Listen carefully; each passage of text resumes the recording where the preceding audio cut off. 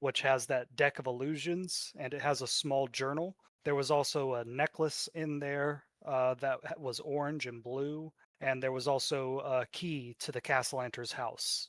Okay. I'm also going to retcon something. That journal is a retcon, and I'm going to say that there was something else in there, and I'll get to that shortly. That journal in there is a list of things that Milton made Osvaldo do. So Osvaldo was basically a hitman for the Castellanters. You can see that Osvaldo has offed some like noble advisors, like lower ranked noble members, a few businessmen around the city, and that Milton made Osvaldo kill Galanus. Because remember, Galanus said he went undercover in the Castellanter's house pretending to be a servant, and the Castellanters killed Galanus because they thought Galanus stole the stone. And then when y'all burst into the room, you stopped Osvaldo from searching for the stone, and that's why that happened, if that wasn't clear in the last session. Yeah. Okay, so any questions before we get started? Osvaldo was the Chain Devil? Yes. Yes. Okay. So Okay. early on in the campaign, Blinken went to the library to do some research on the Castellanters, and he found out that the Castellanters' oldest son, Osvaldo, died on his 9th birthday about 8 years ago. Right after he died, the Castellanters' fortunes turned around. They went up. They started getting a lot more money. Their business was a lot more successful. And then a couple sessions ago, Blinken and Schema Weirdbottle suspected that the Castellanters sacrificed Osvaldo to whatever god they worship, to the deal maker, the salesman, in order to reverse their fortunes. And then they also suspected that the Castellanters were going to sacrifice Elzerna and her brother Tenzero to help them get to the Vault of Dragons. That's Which fucked would up. have been a lot clearer. You probably would have seen them set up the sacrifice, but Thorgrim and Huel broke into the house and fucked with all my plans. There was going to be a really cool fight in the school with the Chain Devil where you had to stay quiet while fighting the Chain Devil. But Ooh. open world campaigns, baby, no railroads. Well, Uh, it's it's all fun. good. I liked it. I liked the big ass fight in the street against two demons. It was great. Open world campaigns, baby, they're fun. Yeah. Yeah. I just gotta duck and weave, duck and weave. That Okay, so also just nice. because you have messed with the Castellanters' plans doesn't mean that they won't make new plans. They are villains. They are smart. They are intelligent. You knock them down, they'll get back up. Uh, Only way to take them off the board for good is to kill them. Same with the Doom Raiders. Same with Xanathar. Okay, so we ended last session on the first floor, the bar area of Trollskull Manor, but I've kind of just taken y'all up to the second floor. Aranax is now the size of a young gold dragon. He basically fills this room if he stands up at his full height. He is bigger than all of you. You're all in here along with Elzerna Castellanter. You have used ash and coal to darken her hair. You have given her street clothes, so she does not look like her noble self anymore. Little Inchi is here with Huel, and Blinken, Inchi, and Huel. You are looking through the things that you got off of Milton. You're looking at the big pieces of gold that Thorgrim stripped from his body. You're looking at the chains that Thorgrim got from Osvalando's body. And you're looking at that journal, which confirms that Osvaldo is the one that killed Galanus. And also in there is a coin, just this big black coin with a skull on it. If anybody wants to roll a perception or intelligence check on that coin, feel free to do so. Let me see. Oh no, why are you doing this? Well, 20 was just working. Okay. Perception, unnatural 20, dirty 20. Ooh, Oh, dirty 20. dirty 20. Mm-hmm. And then Blinken, what'd you get? Oh, Inchi? Blinken, what'd you get? I got. Or- I got 12. It wasn't as high.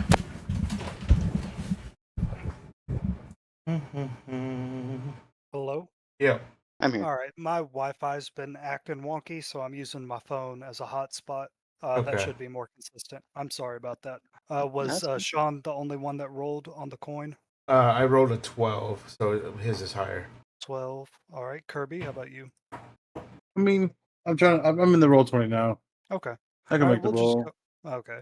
Yeah, I'll give it to whoever rolls the highest. I'm pretty sure it's going to be Inchy, though. Yeah.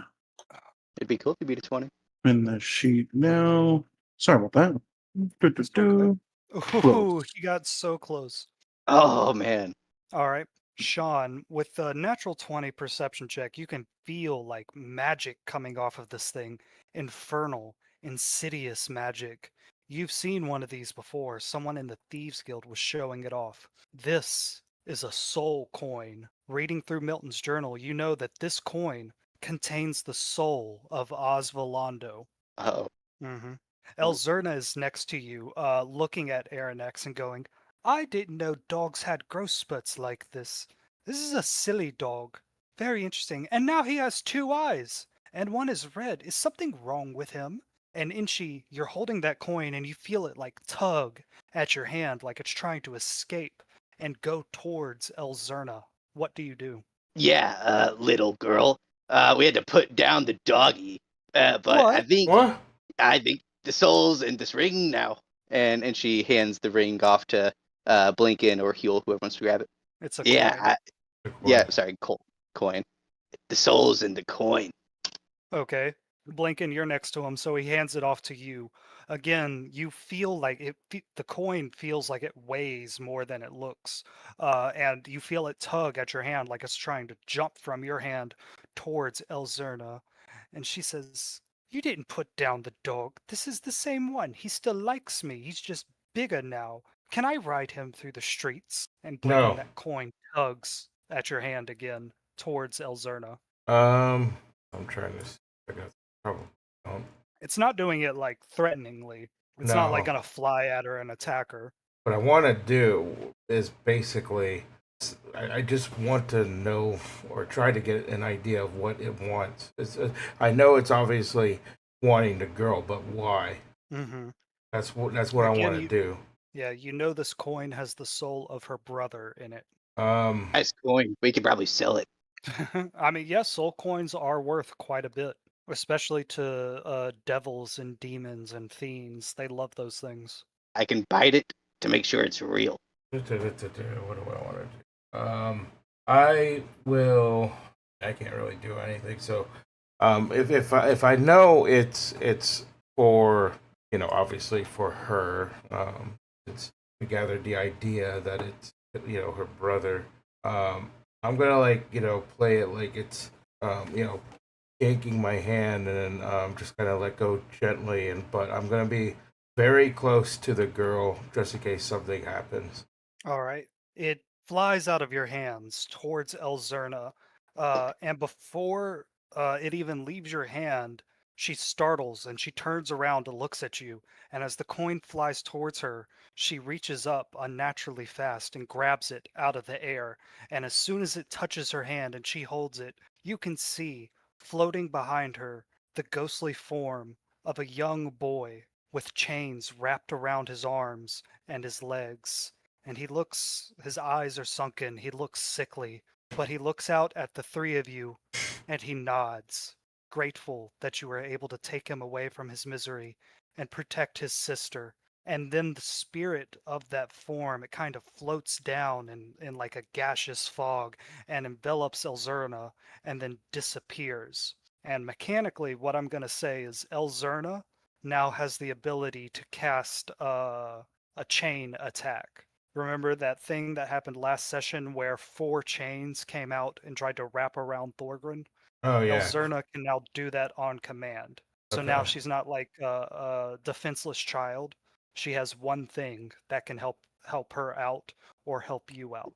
Because I just didn't want y'all to have to protect a child that had no abilities. Right. Okay.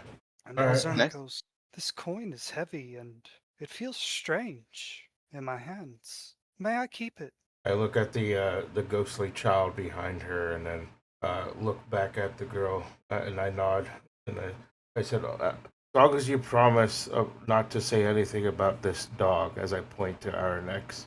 She goes, Mr. Angel, I will keep your secrets if you don't tell anybody that I am a Castellanter. I do not want the City Watch to drag me back to my parents, and a society. And then I nod and I look at the group and you know say, I'm sure that's well agreed upon because we don't want you to go near them. Keep Ah, you but we're not- safe, kid. But we're not gonna sell the coin. Oh We probably could. no, Yeah, get a pretty penny. let her. I mean, keep wait, it. no, that is messed up. Yeah, maybe we shouldn't sell it. Whatever. Okay, let's get y'all all to bed because I believe in like 4 hours you have to wake up and go to school. Okay. Okay. Inshi, your room is over here. Huel, which room was your room? I think it was up high, if I remember. Yeah, it It was was like one as of the high as I top could go up 30 in the attic. Oh, you were in the attic. Okay, all right. Let's take your coin over there and the token. Thorgren, he's not here, so I'm just gonna put him, I don't know, in the fucking basement where he belongs. Yeah. Also, and she did take the deck off the body before he left. Yes, it was in that pouch. Y'all brought the pouch with you. So, Inchi, you have a deck of illusions. That is your uncommon magic item that I should have given you a few sessions ago, but you have it now. And anytime y'all complete a heist assigned by the Golden Vault, you will get another uncommon magic item of your choosing. Okay. Where would y'all like Elzerna to sleep? Probably somewhere close by, like, at least in the second floor where we could reach her. So probably, like, I don't know, next room where there's a bed for me. So if there's anything wrong, I could check up on her, type of thing. Mm-hmm. From what I remember, Blinken, you were up here on the room near the baths, so Yeah, she could sleep yeah. in the room opposite. Yeah. Okay. All right. You tell her to go up there. She runs off to bed, clutching that coin close to her chest, seemingly unconscious that she's keeping it close to her heart. And Blinken, you're now here with Aranex, and he's so big, you were barely able to get him up the stairs. You don't know how you're going to get him around in this big house made with these old wooden planks. And he looks at you and he shares vision with you. And normally he can send you like still images, but now with that second eye, he sends you an image of his thoughts, moving image of him wandering around Troll Skull Manor, his massive weight breaking the planks and the stairs. And he sends you an image of himself getting smaller and smaller and turning back into his stone form. The stone that you know is functioning as his heart right now. The stone of Galore or the stone of Aranax with those 2 gemstones in it. And you get the sense from him that you can, at any point, have him turn back into the stone. But if you want him to come back out in dragon form, it's going to cost you 1d12 of health, as he's going to take some of your flesh every time to do it. So this way, like, Aranax can stay with you in stone form, and you can bring him out, but it's going to cost you 1d12 of your health. Okay. Yeah? All Do you right. like the sound of that? I mean, I think that's fair. Let me add that to the notes here. Okay. So he sends that to you, and then he also sends you an image of you holding the stone close to your chest, close to your heart, just like Elzerna was clutching that coin. And he reaches forward his head to you, like he's asking for you to like pat his head and scratch at his scales. Do you do that? Yeah, I'll reach out and go ahead and scratch its scales and stuff. And he looks at you with one green eye and one red eye, and in the blink of an eye, with the flash of a light, there's the stone in front of you. This blue gold stone with 2 gemstones in it, hovering in the air for just a moment, waiting for you to catch it. You grab it Alright. out of the air. It's heavy, it's warm. You can still feel your mental connection with Aranax, and you know that he is still here, ready to come out and assist you and defend you anytime that you need it. And you are able to walk up the stairs to your bedroom. Okay. Noted. All right. Okay. So all of you go to sleep for the night. And just to remind you, shoot, where is that? Hey, Kirby. You said that you were looking at the items. What was that loot or that magic item called that you wanted, the musical instrument? It was something like instrument of the god, I Instrument think. of attunement, I believe. I thought. Fuck, what was it called? Kenneth Mandolin. Instrument of the Bards?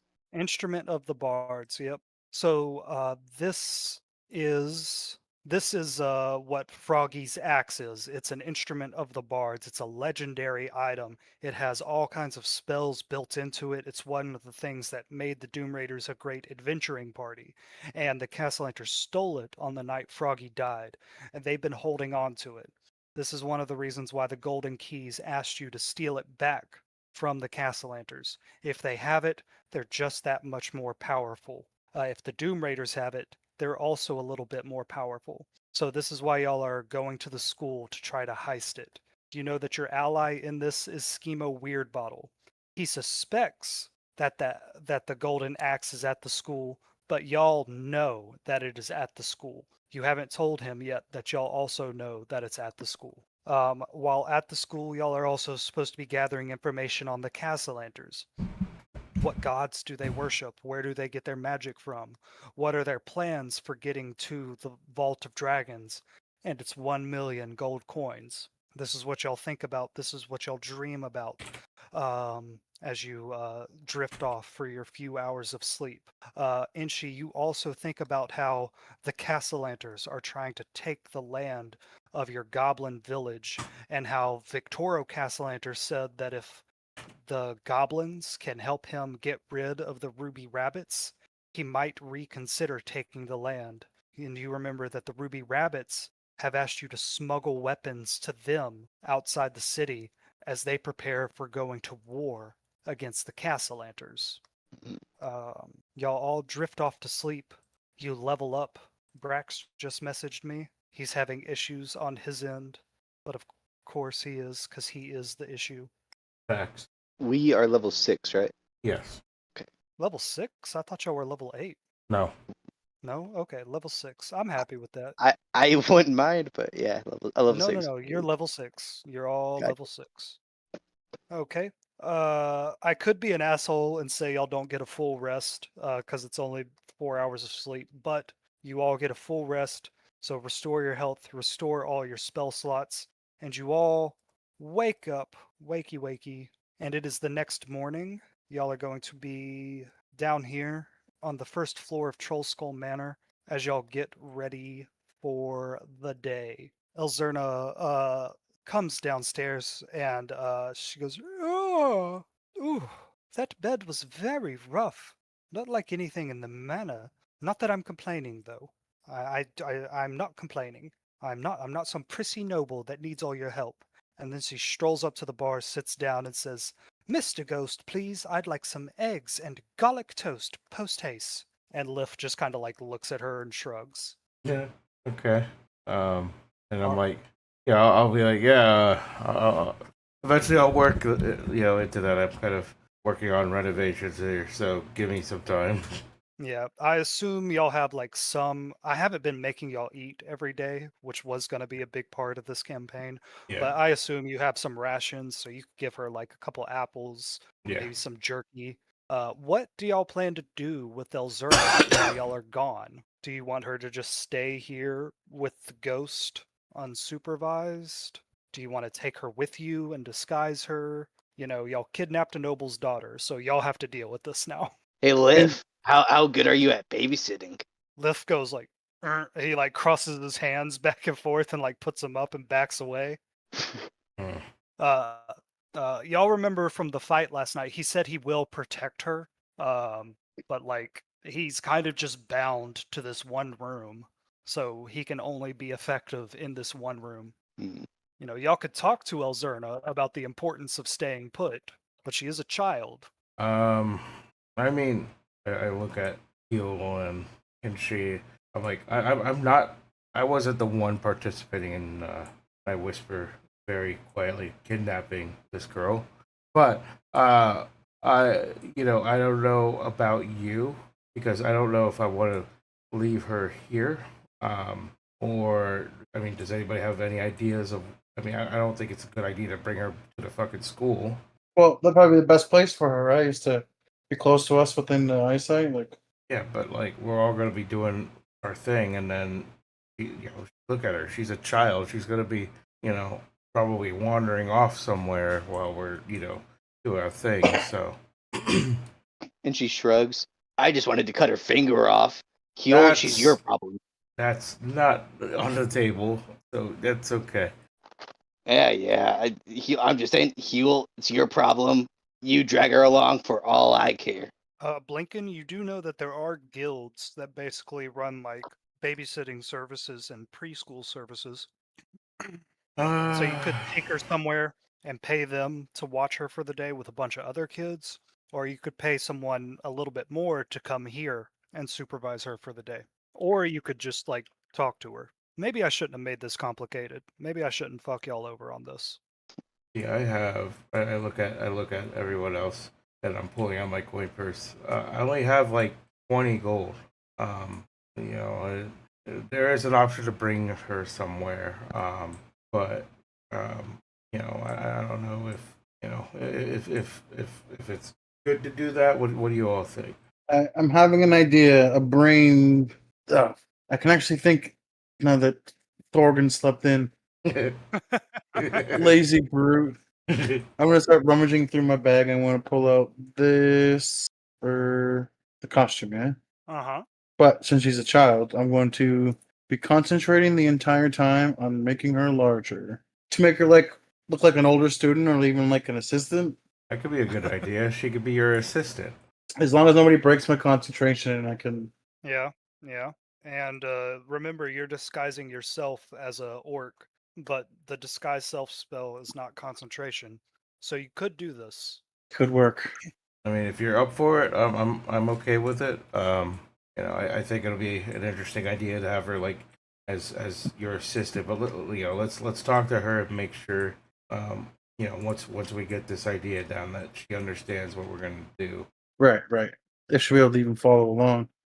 Exactly. We need to see what she understands the situation. It's kind of important. Elzerna says, "Where is the dog with no fur?" Probably out for a walk. Listen, let's brainstorm here. Do you know what brainstorming is? And I'm like looking at the group while I say brainstorm. She says, "Yes, it's when you think up many ideas to see what the best one is." Perfect. Good. So, big issue here is that we don't want to leave you alone anywhere. So I don't know if we got this idea. Well, mainly, and I point out he has the idea, but basically what it is that you could play. What we could do is we have to go back to school. We have we have to teach people things. And basically we want you to pretend that you're an assistant for Huel. And I look at Huel and I kind of point at him. Yeah, him, Huel. She says, "Wait, I don't under." And then it clicks, because Blinken, you didn't disguise yourself very much. She says, "You were at the school yesterday." Yeah. And then she like puts it together that the rest of y'all were too, and I assume y'all explained that. And she says, okay, yes, I can do that. I want to stop my parents and the society as much as I can, but I am a bit scared to go back to El Torchel Academy. The society has meetings in the basement. We won't go there. So let me ask you what we want to stop this whole problem that's going on with your parents as well. What do you know about your parents? Do they like worship somebody that does evil things? Do you know that? They worship someone. He looks like a person, but he's not a person. He comes into the manor all the time, or in the other noble houses, the other members of the society. He calls himself Avi. My parents say that if you do things for him, he does things for you. But he's always made my hair stand on end, and I've never liked how they promised him that I would be one of his followers, that I would make him more powerful. It always disturbed me. My other brother, Tenzero, he likes the idea of serving this god, or whatever it is. But I know that my parents sacrificed Osvaldo to this Avi, and I can't stand it. I barely remember my brother, but I do remember him. He used to sing to me. Huh. Okay. This Avi guy. And y'all Uh, remember that is the name that the salesman gave you Yeah. for himself. He called himself Avi. Okay. Hmm. So this Avi guy, huh? Okay. I think I'll need to research that more. Maybe we're getting somewhere.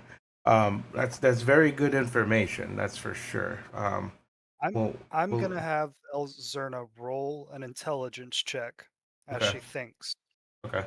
Difficulty 17 because she's a child and she doesn't pay attention to details.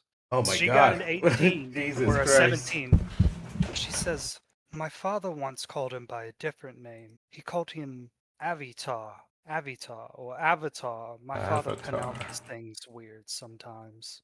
Okay. And I look at Yule and I kind of whispered to him a little bit, kind of under a hushed tone, be like, that's probably your salesman friend there, buddy. And then I look back at the girl. Um, I I thank you for the information. You maybe one day you could be a good detective. Her eyes light up at that. That sound like that makes her so happy. She would love to be a detective, like from the storybooks, right? Yeah. She has one more bit of information. Okay. She says, "I know my parents were planning something big for the Founders Day parade in a couple of months. They said that's when all their plans would come together, and they said that I would help them with it, but they never told me how. They said I just had to do good in the talent show, and I would make Avi happy, and that would help them with whatever they're doing." Blinken, you know that the Founders Day parade is the biggest holiday in all of Waterdeep. The whole city comes down to watch a parade that stretches from the north of the High Road all the way to the south of the High Road. Every guild has a float, every noble house donates a float, everyone comes out for it. Even nobles from other city, royalty, leaders from other city come to see the massive Founders Day parade. Hmm. Okay. So I look at the girl and ask so were you like training or practicing this, I don't know, talent that you have to do, or do you know what it is? Said, "My father and my mother wanted me to sing at the talent show. They said that I had to show Avi that I'm an upstanding member of the community, and that would make me valuable." Oh, okay. She says, I really don't know much more than that. Also, I know you're not an angel. What's your name?" I clear my throat and says, "My name is Blinken." And she says, "And you, Mr. Goblin Man?" I'm the angel of knives. I smack He him. says, I, I'm and she. she says, I was just going to call you Mr. Pointy. I like that one. I don't. Okay, Mr. Inchy then. And Huel.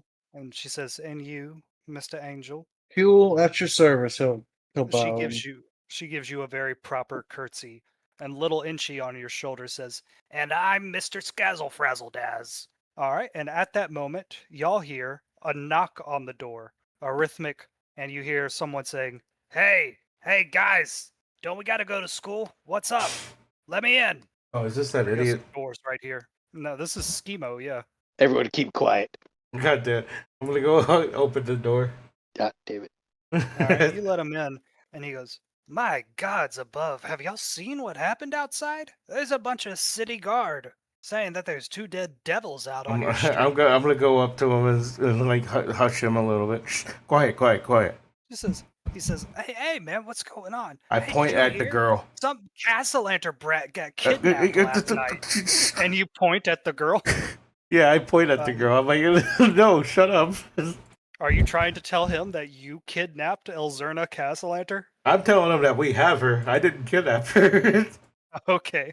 You point at her, and I was going to make him roll an intelligence check with disadvantage, but you point at her right after you say that, and he goes, "What the fuck is wrong with you morons? What the hells did you do? That's Listen, Elzerna Castellanter?" And she goes, "You're Schemo Weirdbottle from the Doom Raiders." And he goes, "Oh, gods. What do y'all do?" Schemo, for once, I agree with you. For one, I just wanted a nap. And for two, she's a fan of yours. She's somehow worse than I can imagine. Schemo says, "Why the hells would y'all go and do something like that? I was sleeping. Listen, it was a heat of the moment decision made by Thorgren, who's also sleeping downstairs.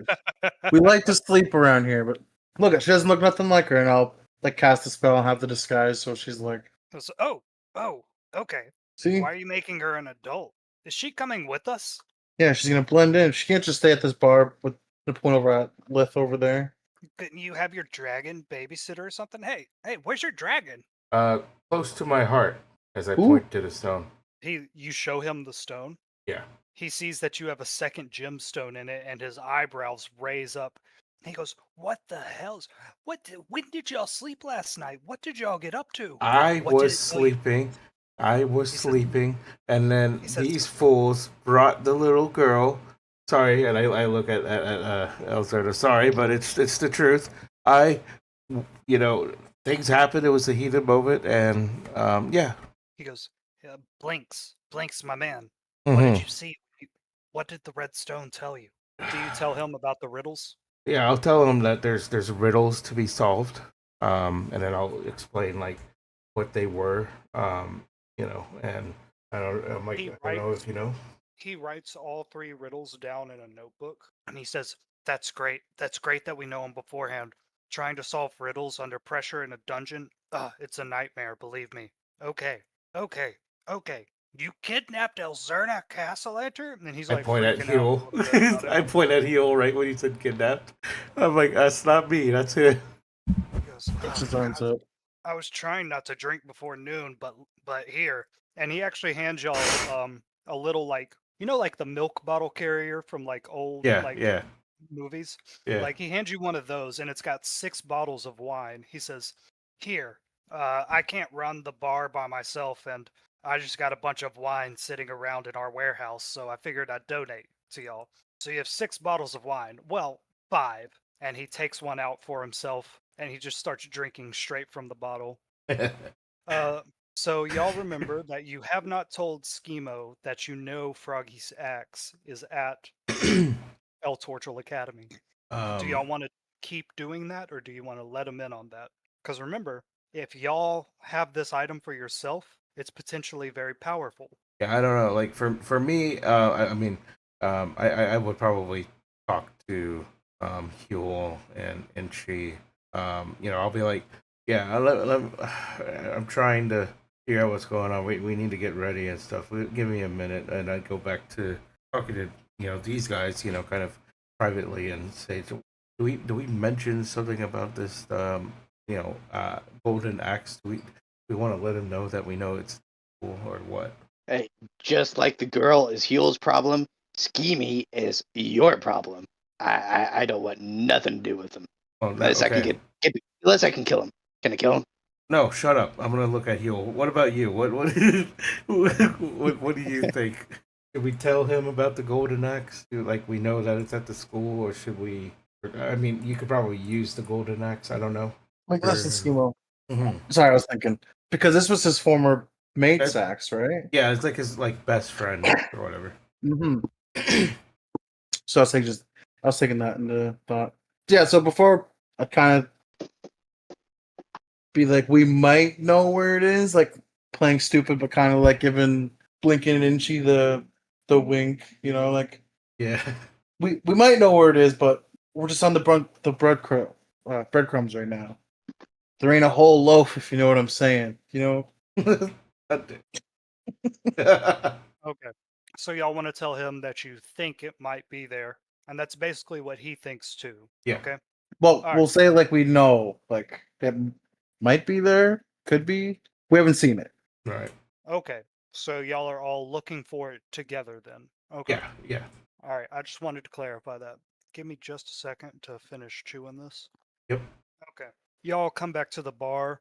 And Elzerna is asking him questions, and she says, So when is the next time that you're going to write an album? Schemo, do you write any of the songs? Do you write the music, or do you just play what Davil writes? What's the biggest show you've ever played? What's the smallest show you've ever played? How far? She's just pelting him with questions, and he is like looking off into the distance with wide eyes.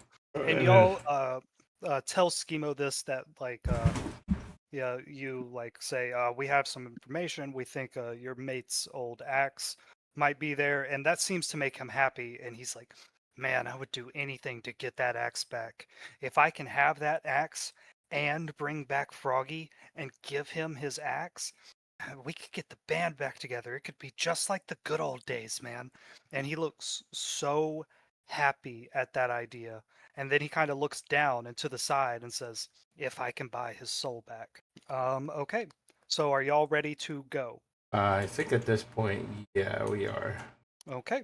So Schemo hands off the remaining 5 bottles to Lif, and Lif looks ecstatic. He has a smile on his face. He has actual wine to serve in his bar once more, and he takes it out and he puts each of them on the shelf lovingly, waiting for the day when y'all open this bar and have some guests in here that he can serve. All right, let us step out to Troll Skull Alley.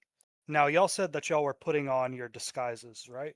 Or do you want to do that closer to school? I think closer to school, Yeah, probably right? close to the school. Yeah. Yeah. Okay. For the record, Elzerna just kind of looks like a street rat. Someone would have to take a real close look at her and also know what Elzerna Castellanter looks like in order to be able to tell it's her. Huel, as y'all walk out, you see your magical cart right over here by Troll Skull Manor, and y'all start heading towards El Torchel Academy. And as y'all walk out, y'all can see the fucking crime scene you just left here last night. The 3 dead members of the City Watch. A dead Milton, who looks like the demon, the Eater of Hope, and the dead Chain Devil. You can also see that there are 6 members of the City Watch right here. You can see the Artificer right here. You can see her boss, the Blackstaff, one of the most powerful sorcerers in all of Waterdeep. And you can also see Vincent Trench, the private detective, and Fala Lefar, one of the Doom Raiders fans, and I believe she also operates the greenhouse right here where you can get potions made in Troll Skull Alley. And you hear the Artificer asking Vincent Trench and Fala questions. Did you see anything last night? Did you hear anything last night? And the Artificer's questions are short, they're clipped. Her hair is frazzled, she has dark circles under her eyes. Remember that since she wasn't able to float for 10 minutes at the moon dance, her robotic parts aren't working properly, and she has 1 level of exhaustion until those parts can be repaired. And Vincent Trench says, I don't know nothing about this last night. It was crazy.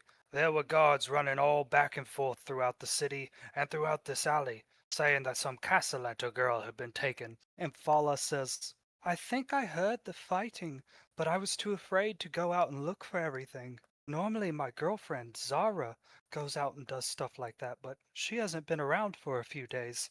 And the Artificer goes, yeah, okay, all right. And she goes back and reports to the Blackstaff. And the Blackstaff is looking at these members of the City Watch and says, it appears that this area is full of necrotic energy. Artie, we will need to get these people back to Blackstaff Tower and do a full autopsy, and get those fiends back. Put them in a lead box and bind it with magical chains, just in case they come back to life. And Artie says, yes, Mom.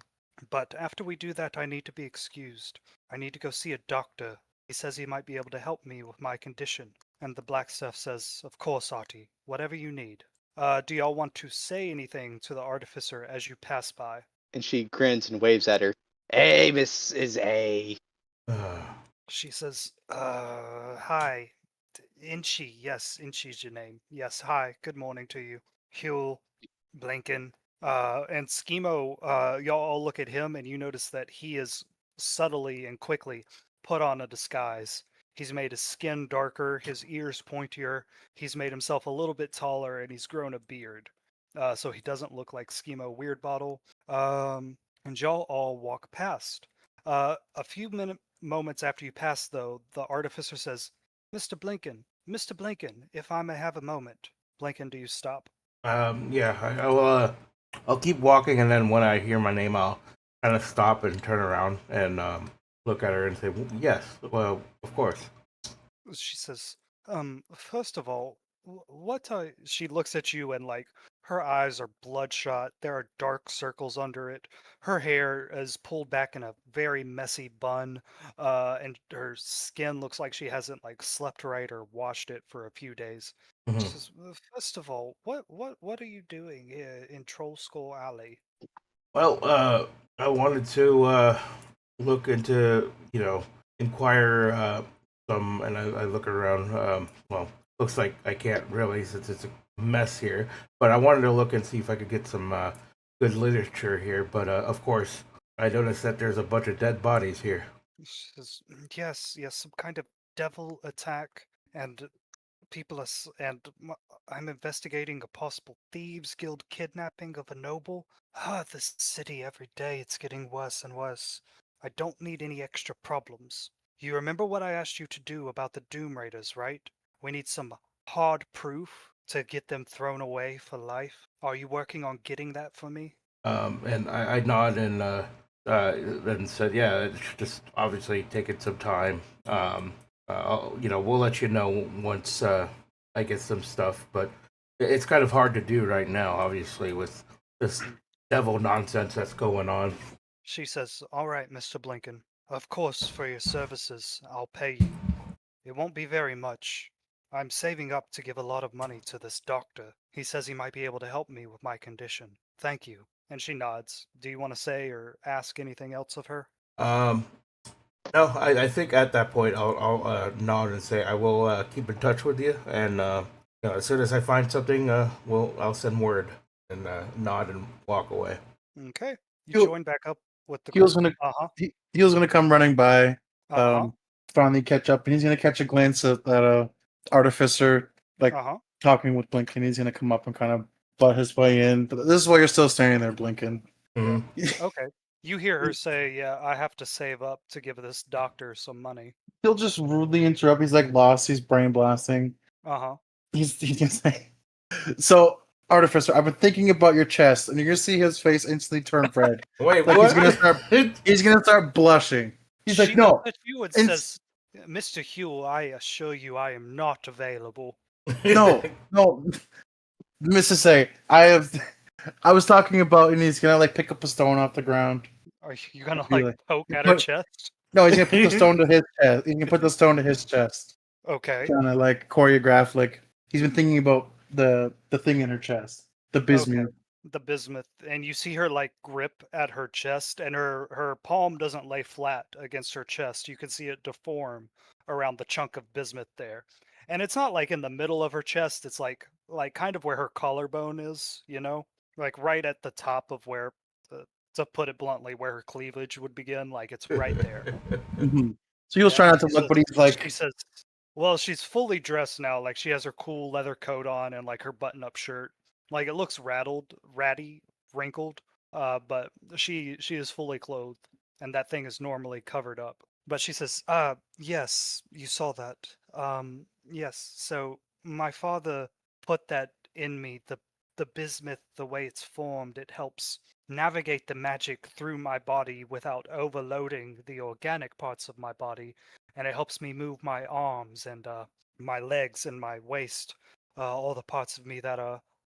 And she smiles a little bit, artificial, and then she kind of like looks crestfallen to the ground, and she says, "Yes, it's just a part of me, I guess." He'll puts one hand on his cheek and he's patting his foot, closes his eyes. He's just thinking for a sec. He's like, "Are you able to remove that, like the rock from your chest?" She says, No, actually. And she like kind of looks back to the City Watch and the Black Staff, who are looking at the dead members of the City Watch.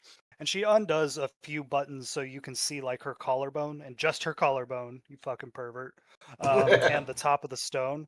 And you can see like it's actually like fused with her skin. She says, I've had this in my chest since I was but a girl. It's fused with my bones, with my chest. I can feel it poking at my heart sometimes. It is embedded in me. It is a part of me. And I believe I would die if it was removed.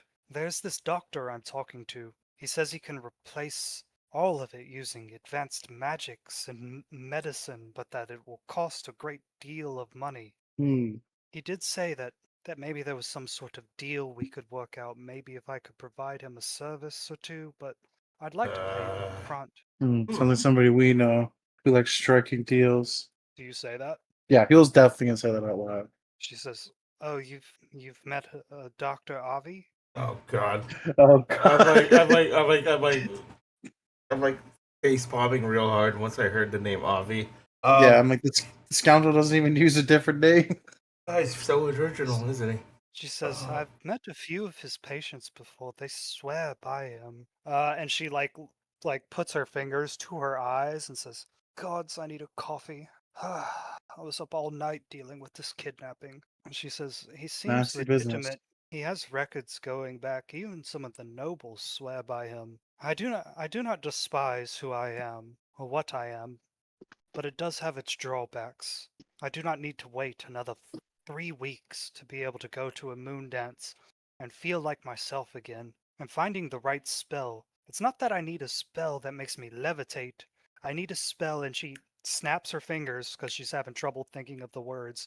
She says, "I need a state of completely zero gravity. That's how my father designed the system to reset and clean itself. He was a good man, but he was limited by the technology of his age, and it has drawbacks." Oh God. All right. Let's see.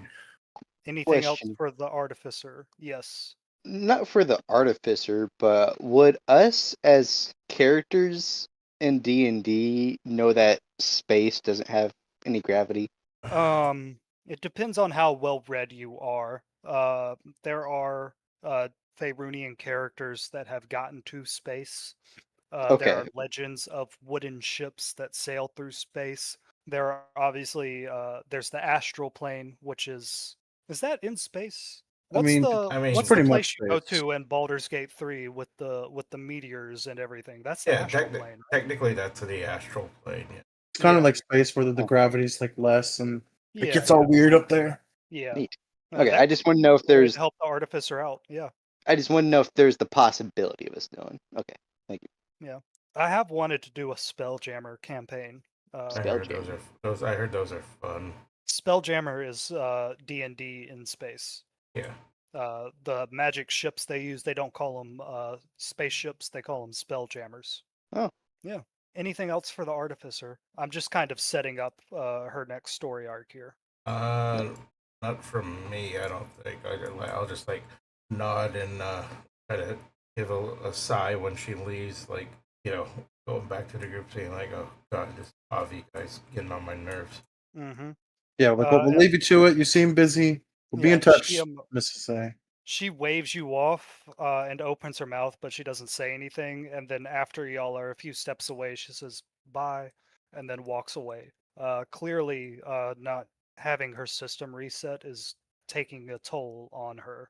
And that's also my way of telling you the salesman is not just working for you, he is Yeah. helping anybody. Yeah. Okay. Off to El Torchel Academy. What this storyline was supposed to be about the whole time.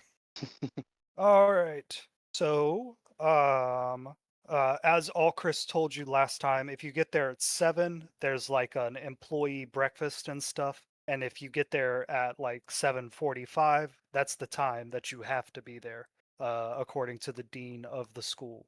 So which time would y'all like to get there, early or on time?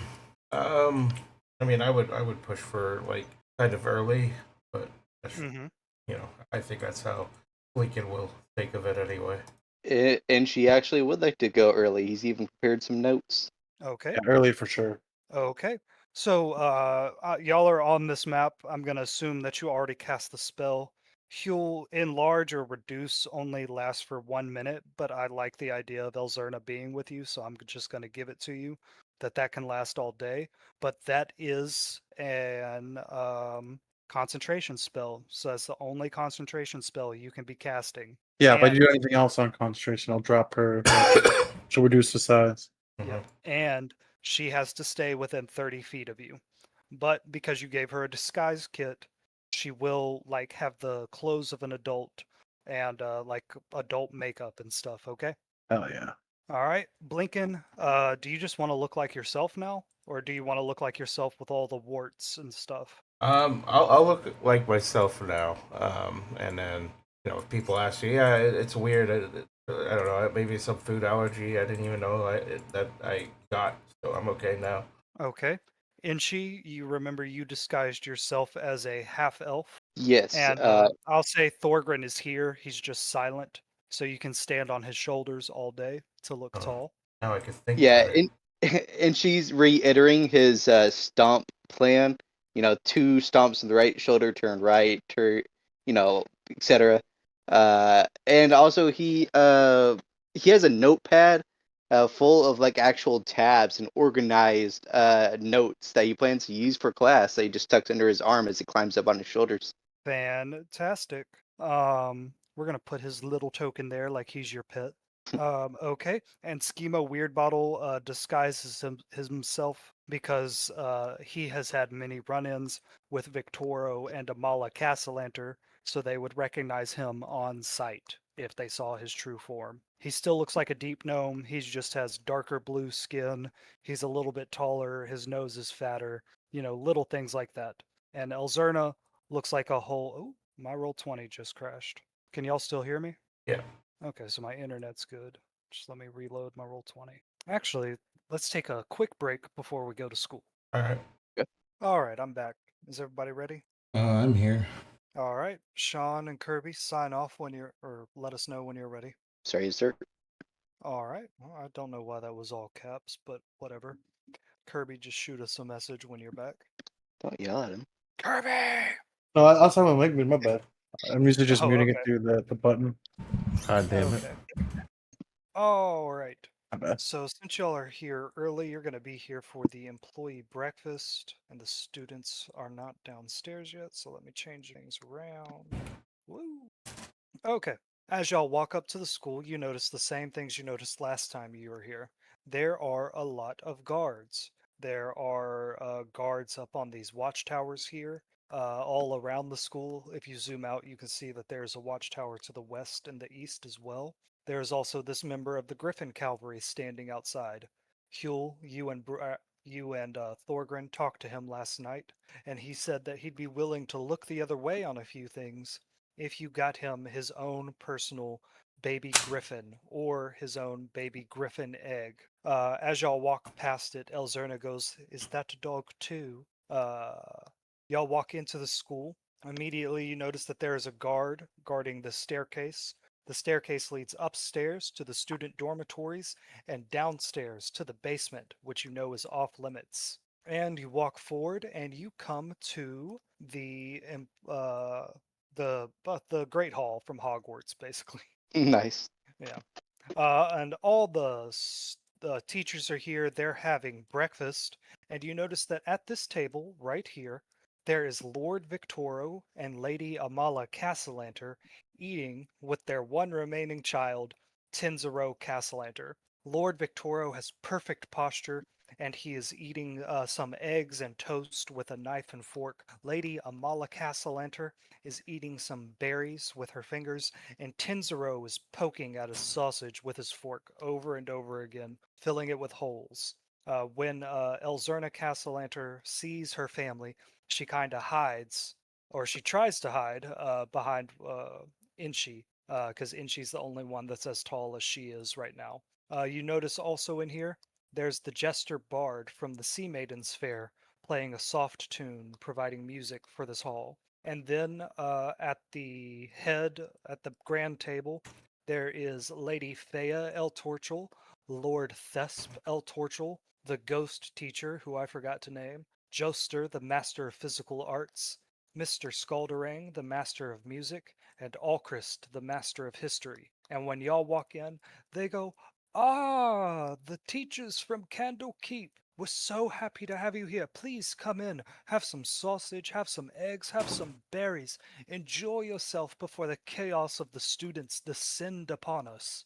All right. And Schema whispers to all of you, "All right, guys, remember, we're trying to find out more information about where the Castellanters get their power from, their plans to get to the Vault of Dragons, and where Froggy's axe is at, the Golden Mandolin. All right, and from here, y'all are free to do what you want. Elzerna is always going to stick with Huel to make sure that her enlarge spell is always active. Remind So- me your teacher names. Yeah, can you remember your teacher names? Mine's just blinking. Yeah, yours is just blinking. Yeah, because I told the truth with my name. Yeah, yeah. That's been a winning strategy for you so far. Inshi, do you remember your name? Oh, Mr. Grun. Perfect. Huel, do you remember yours? I think I might have said Phyllis. Okay. Oh yeah, I forgot to make you do an interview. Shit. Maybe one day we'll do a flashback to that, but not today. Because I just want to move this story along. And Schemo called himself shit. What was it? Kelsier. I think he called himself Kelsier or Kaladin. I think he called himself Kaladin. It was somebody from a Brandon Sanderson novel. Okay. Um, everybody roll initiative, and we'll see who goes first. I'll make Schemo roll initiative too. 14. Nice. That's such a good start. Yeah. Oh, nice, Blinken. Very nice. Schemo got a 17. I'm sure he has a plus something to that, but I'm not pulling up his character sheet for a role play session. I mean, Inshi, he what'd got you higher get? than us anyway. 14. All right. So it goes Schemo, Huel, Inshi, and Blinken. Schemo says, I'm gonna try to smooth things over after the stinky introduction I had yesterday. And he pushes his way past everybody. And And he she walks up. and she grins and casts that fart spell again. Motherfucker, I swear to God. All right. He's actually gonna walk up to you, Inshi, and he says, Hey man, we're both here working together. Let's try to keep it cool, okay? All right, look, I Oh, was looking through some of the things. I was looking through some of the things that we found on our adventures. You like daggers, right? Okay, I have a uh, magic dagger I will give you if we can call this a truce. If me and you can be just two people working together, not friends, not enemies, not people that make each other fart, just can we just chill, okay? how magic is the magic dagger? It's a blink dagger. Do you know what that is? Is it like a blinking dagger? Like the pommel is Blinken's face? That'd be kind of It's a cool. dagger. If you want a dagger with Blinken's face, I can give you that. That's kind of no. I would just give it to him. It's kind of creepy if I had a dagger with Blinken's face on it. A blink dagger is a dagger that you can throw it and then teleport to where the dagger lands. Whoa. Yeah, right? It's pretty cool, right? It would be nice if I could keep it for myself, but I'm willing to give it to you because I'm trying to be friends with you. Fine. Fine. Okay, if we do this job and you don't fuck me over, I will Mm, give you the blink dagger free of charge. I'll try. Mm, I imagine you're like twitching as you do that. yeah. Yeah. Okay. All right. He squeezes his way past you and he walks up to the table and he looks nervous, like he's expecting you to do something. And he walks right up to Lady Fea and he adopts that very nice, proper posture that you saw him have yesterday. And he says, Lady Fea, Lord Thes, thank you for letting me come and teach musical instruments and bardic arts at your school. And he gives a very polite bow and he collects a plate and starts collecting fruit. And he is going to sit down next to Sylvian Scalderang, the music teacher, the guy that teaches very proper music and chorus. And then Schemo is here as the master of bardic arts because there's a lot of different types of bardic arts. Bards of lore, other types of bards, things like that. All right, next up is Huel. Huel, what would you like to do? I was in horticulture, right? Like, Yes, and your disguise is as a half orc with gray skin. to come up with an alias for her to use. He'll go to say like Alzare, but catch himself. Mm-hmm. He doesn't know what to call her, but like, come along, assistant. We need. She says, my name? Oh, fake name, fake name. My name is Azerna. There we go. No, that's not good. Stacy. Yeah, Stacy, that works. Okay, Stacy. Come along now, Stacy. We have children to teach, and he's gonna go like just looking around. He's looking for his classroom he's supposed to be teaching in. Oh, you just want to go straight to your classroom? You don't want to interact with any of the teachers or the Castellanters or have breakfast? Y'all got here early, so Oh, you have a whole hour before school starts. yeah, definitely converse and take the few minutes to make a plan. All right. Pick who you want to talk to. You can use this to gather information or just get in good with some people. Huel's gonna go up. He'll like just go and say good morning to all the teachers, and he's gonna be like, "I'm excited to work with you on my first official day here." And they say, "We are so excited to have you here teaching horticulture. Our children are going to love you. I can just tell by the look of you. You're going to be great." Because you have on like the overalls with like dirt stains on them. Like you look like a horticulture teacher. I imagine you have like a small hand like hoe and like dirt working things like and pruning shears and stuff in your overalls. Yeah, like all the garb. Yeah. Okay. They offer you a plate of sausage, eggs, and fruit. Um, and they shake Elzerna's hand as your assistant, and she like awkwardly shakes their hand because she's not used to being treated like an adult. And she goes, "Yes, yes, thank you." And Huel, would you like to have a more in-depth conversation with any of these people, or sit next to the Castellanters? Not after making like pleasantries, he kind of boogie his way back after. Okay. All right. That is Huel's turn. Inchi, what would you like to do? See, class is not in session yet, correct? Yep, y'all have another hour to talk to people. And if y'all don't want to do that, we'll do it this round, and then next round I'll have you in your classrooms doing stuff. Sure. Uh, yeah, no, I think and she's just grabbing food and sitting next to Huel. He wants to eat. He's hungry. Okay.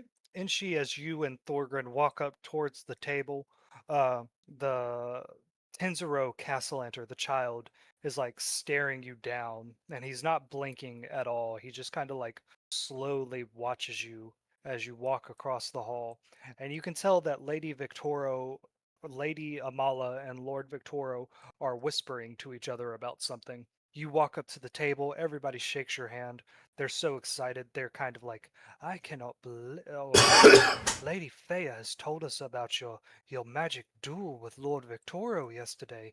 Everyone is so excited to see you teach magical defense, and they offer you a plate of sausage, eggs, and berries. And then you Uh, said you wanted to sit by Huel. yeah. He says, "Oh yeah, he fared well. I'm looking forward to working with y'all." And she then takes his leave to go find Huel. Okay. And Blinken, you're last up. I assume you want to go get some food as well. Yeah, I'm gonna, grab. I'm gonna walk up and then, grab some food. Just kind of sitting down and, politely nod at people that are looking at me and smile a little bit and eat my food. All right. As you walk up, Tenzero also stares at you, unblinking. You go up to everybody else. They say, "What? It's a pleasure to have you here, Master Blinken." They offer you a plate of food and exchange niceties. As you turn around, you notice that Lady Amala and Lord Victoro are whispering to each other. What would you like to do? I'm gonna sit down, like a table, kind of not so close to them, but enough to maybe see if I could catch some words. I'll roll perception for that. All right. Which table? You can drag your Um, table. Let me see. So they're like right here, right? So I'll say Mm-hmm. probably like sit like here, kind of Okay. you know, like right here, just kind of minding my business, eating food, smiling, and I try to listen to Okay. see if I could pick up some words while they're whispering. Okay. Roll a perception check. Okay. I'm gonna say DC 15. Okay. I rolled a 16 total. Ooh, very 13 plus nice. 3. Very nice. Okay. You hear Lord Victoro say, "Amala, I've told you not to freak out. We are going to have a meeting with Avi in the dean's office at noon. We will reestablish our deal then. Everything will work out fine."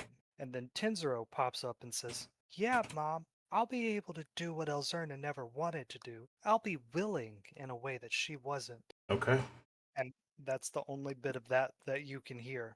Okay. Over at the other, Schemo's turn, you could see that he is engaged in a deep conversation with Scalderang up here. Scalderang is going on, and Schemo is kind of just encouraging him, going, yeah, yeah, oh, tell me more about that, really getting Scalderang to open up. And then over at the other table, Inshi and Huel, Elzerna, like, tries to take a few bites of her food, but she doesn't really seem to have an appetite. And she says, I'm trying so hard not to look at my parents and my brother. How do you do it, Mr. Huel, Mr. Inchi? How do you maintain a deception like this?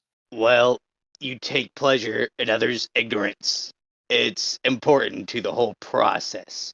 Uh, I mean, Huel, I think you can vouch that people are dumb, and it feels nice to deceive and prove their dumbness.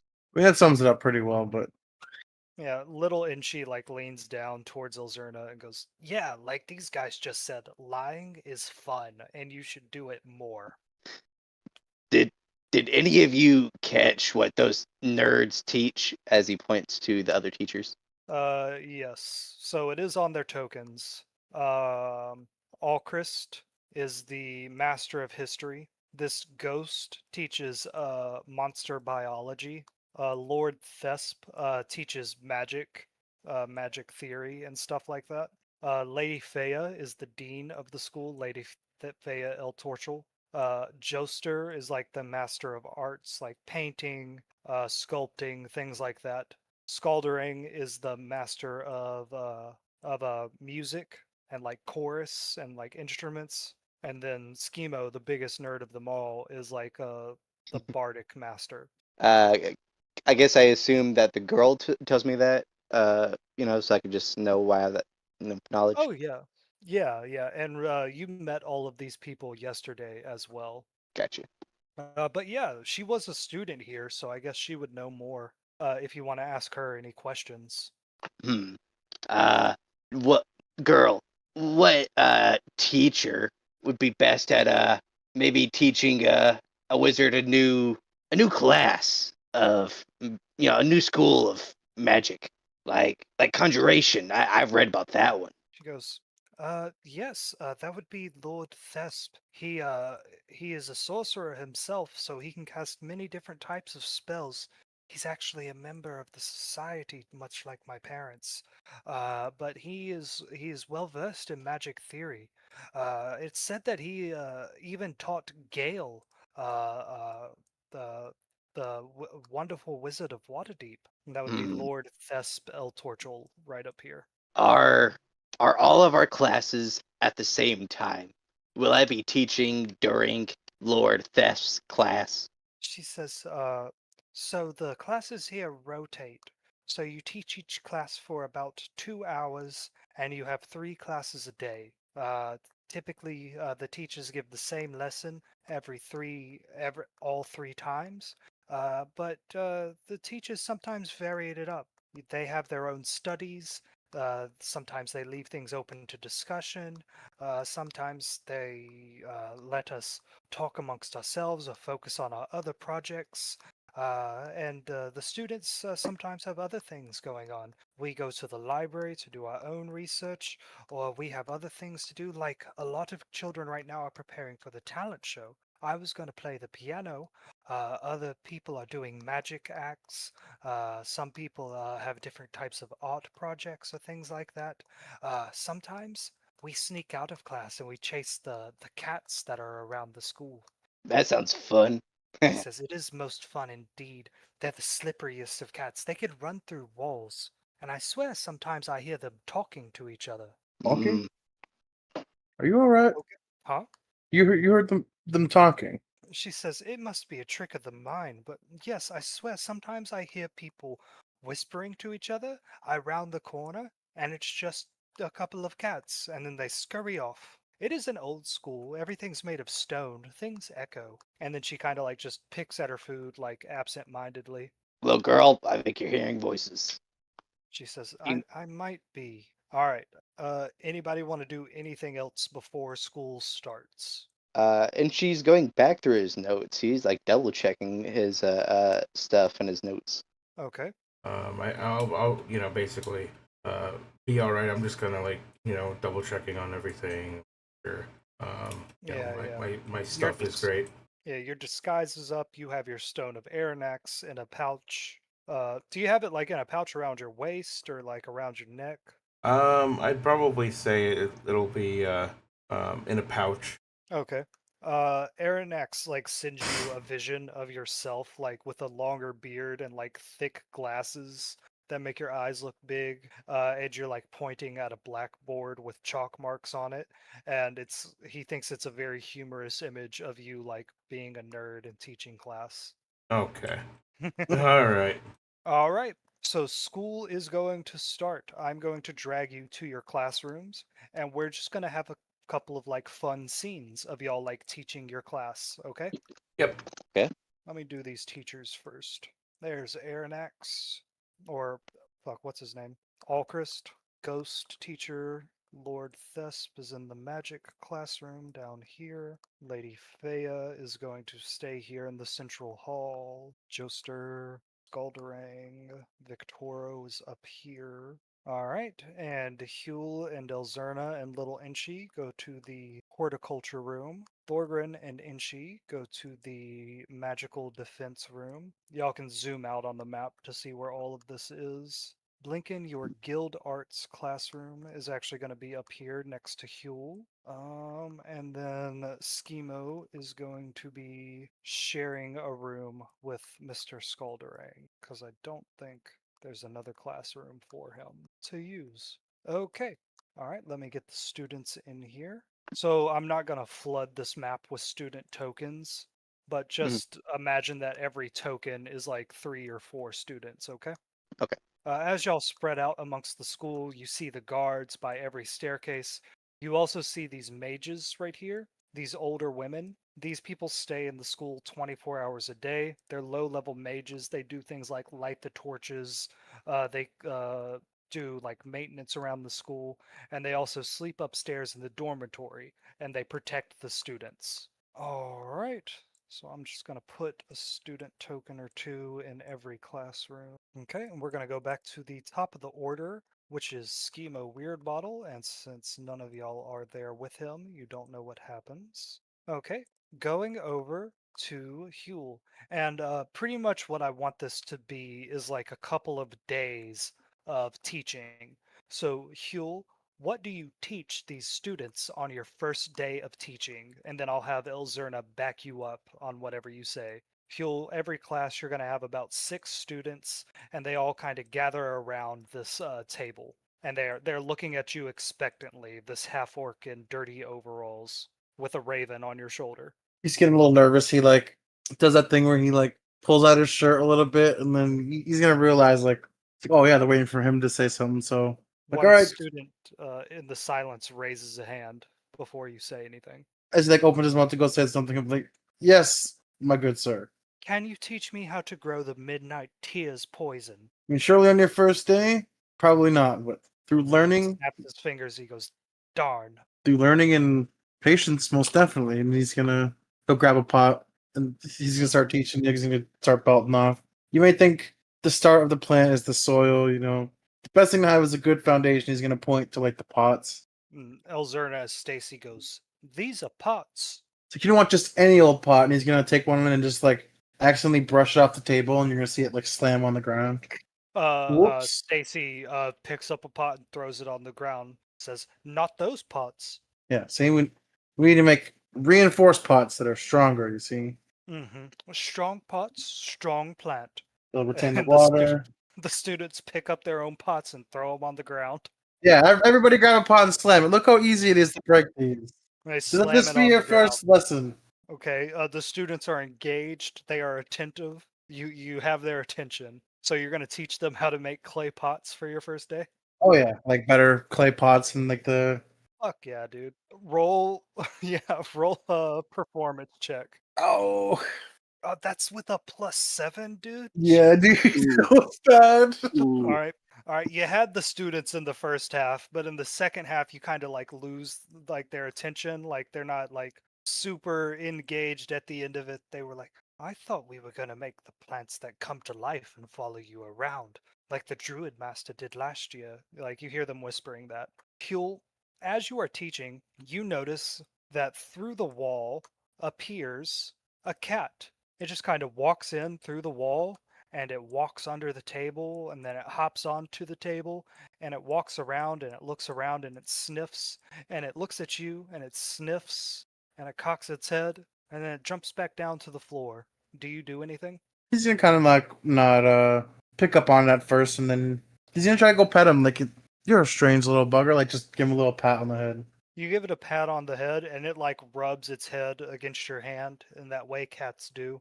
And then it seems to be enjoying it, but just kind of like cats do, it loses interest and it wanders away, and it walks through the wall out of the classroom. Hmm. All right, going over to Inshi. Inshi, it is your first day teaching magical defense to about 6 students for every class. You Okay. are, for once in your life, taller than everyone around you as you stand on Thorgrim's shoulders at the head of this classroom. The children look excited. Typically, for the magic defense class, you have them stand off like one group on one side of the room, one group on the other, and they kind of duel each other. That's what Elzarda told you about the class. So, what do you teach these children? Mm. All right, kids. Roll call. And I assume she has a paper with all the kids' names on it.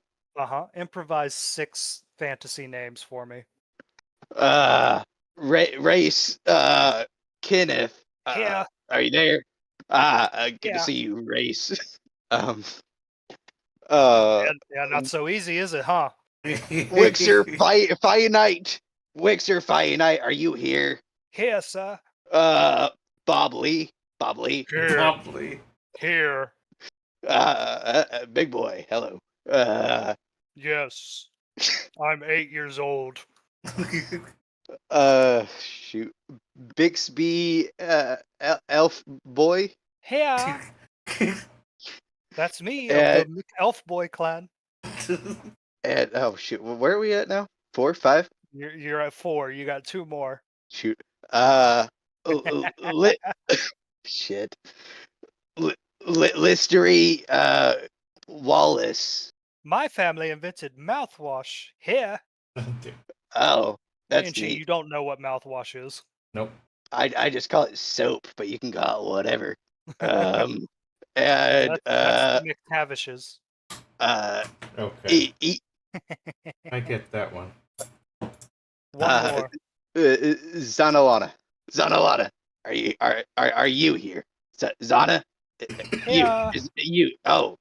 Why didn't you answer?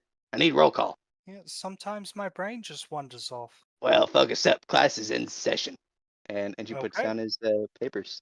All right, these 6 students are looking at you, and they're ready for some edumacation. What do you teach them? All right, kids. Now we're gonna start slow. I need to make sure that you guys can be safe in my classroom. No magic today. Right now, we are just learning on reflexes. The best way to not get hurt by magic is to avoid the magic. So everyone line up. Okay, they all get into a line, 3 on one side, 3 on the other, in these little circles that have been carved into the ground. You, Bixby, get up here. Yes. Oh, yeah, Bob, you can take his place. Bixby, you stay there. Bob, I want you to try to dodge this. And she uses minor illusion to cast what looks like a flame at him. Okay. He's gonna roll a reflex check. What did Bobby Lee get? Oh, 14. All right. Yeah, so he actually like just ducks and like covers like just gets down on the floor. Whoa, you move fast for your size. He goes, Did I do it right? Did I do it right? You did, class. That is how you do it. You jump, you dodge, you hide, you cower. You avoid the magic. Coward.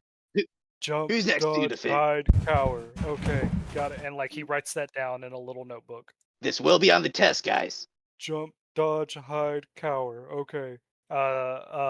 Roll a performance check to see how well you teach. I feel like that deserve advantage, but okay. Performance. You know what? Yeah, you didn't throw pots on the ground, so you get advantage. Oh, thank You God, 'cause I got a fucking need 3. it. Yeah, get a 4. Get a 4. Oh, God all damn it. right. All right. Ah. Inchi, they're trying to jump, dodge, and cower all at the same time. So they kind of just like hop in the air and then go into a ball and fall on the ground. And at the end of the day, like you have some students with some very banged up knees who have Uh, not been taught spell casting. But it's just day one. Blinken, over to you Mm-hmm. for your guild arts.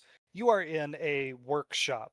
There's all kinds of different things around. You imagine the artificer would be at home here. There's like little tubes with like chemicals and potions over here. There's like some crystal that's distilling stuff over here. There is like a meter saw, like like a foot operated meter saw. There are different types of tools on here. This room on the map, it looks pretty magical, but I want you to imagine it more as like a guild arts room Okay. where you could kind of teach anything. What would you like to teach your students today? I look at the students and I'll be like, children, I know I look about your size, but don't let that fool you. I am here to teach my Blinken, pride and joy. Yes. a paper ball hits you in the face as you're like, or in the back of your head as you're writing your name on the board. What do you do? Uh, I'll wince a little. I'll be like, and then I'll continue writing. Blinken is my name, and I'm here to teach you the importance of doing some guild crafting with wood. I turn around and I look and see if anybody else is going to be throwing something. You turn around and you see that in your class is one Tenzero Castellanter, and he has two noble kids behind him who are sitting like very close to him, like his crab and Goyle, and he's the Draco. Okay. And he says, "Why do I need to learn bardic arts if I get to just tell my servants, or why do I need to learn guild arts if my servants will just make or buy anything I want?" Well, you need to have. I personally, anyway, I think that everyone needs to learn some sort of basic skill.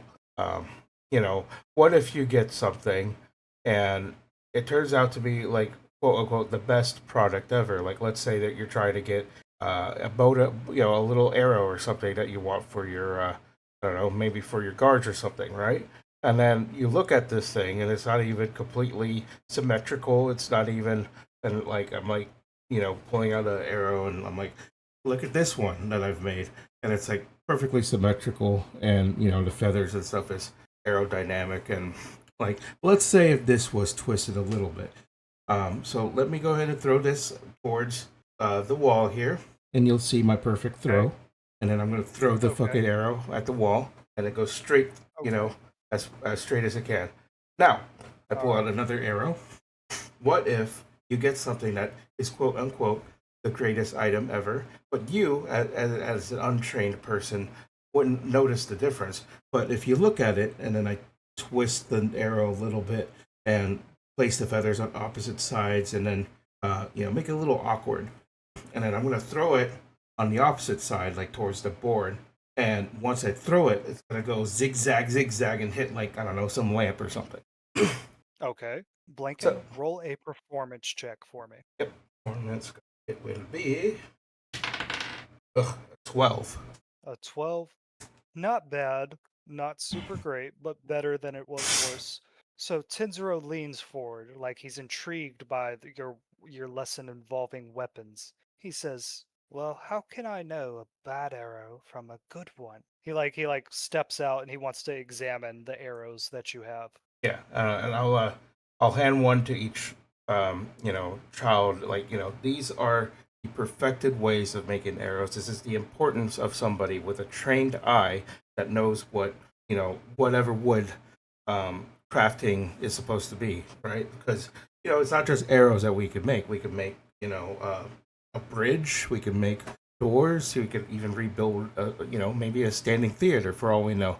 So it's important to know the ins and outs. And I was taught measure twice, cut once, and then like I kind of show them, the difference between the perfect arrow, and then I pull out that other janky arrow I made with like the feathers out of place and then kind of curved a little bit.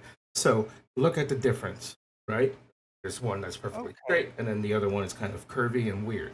Okay. Yeah.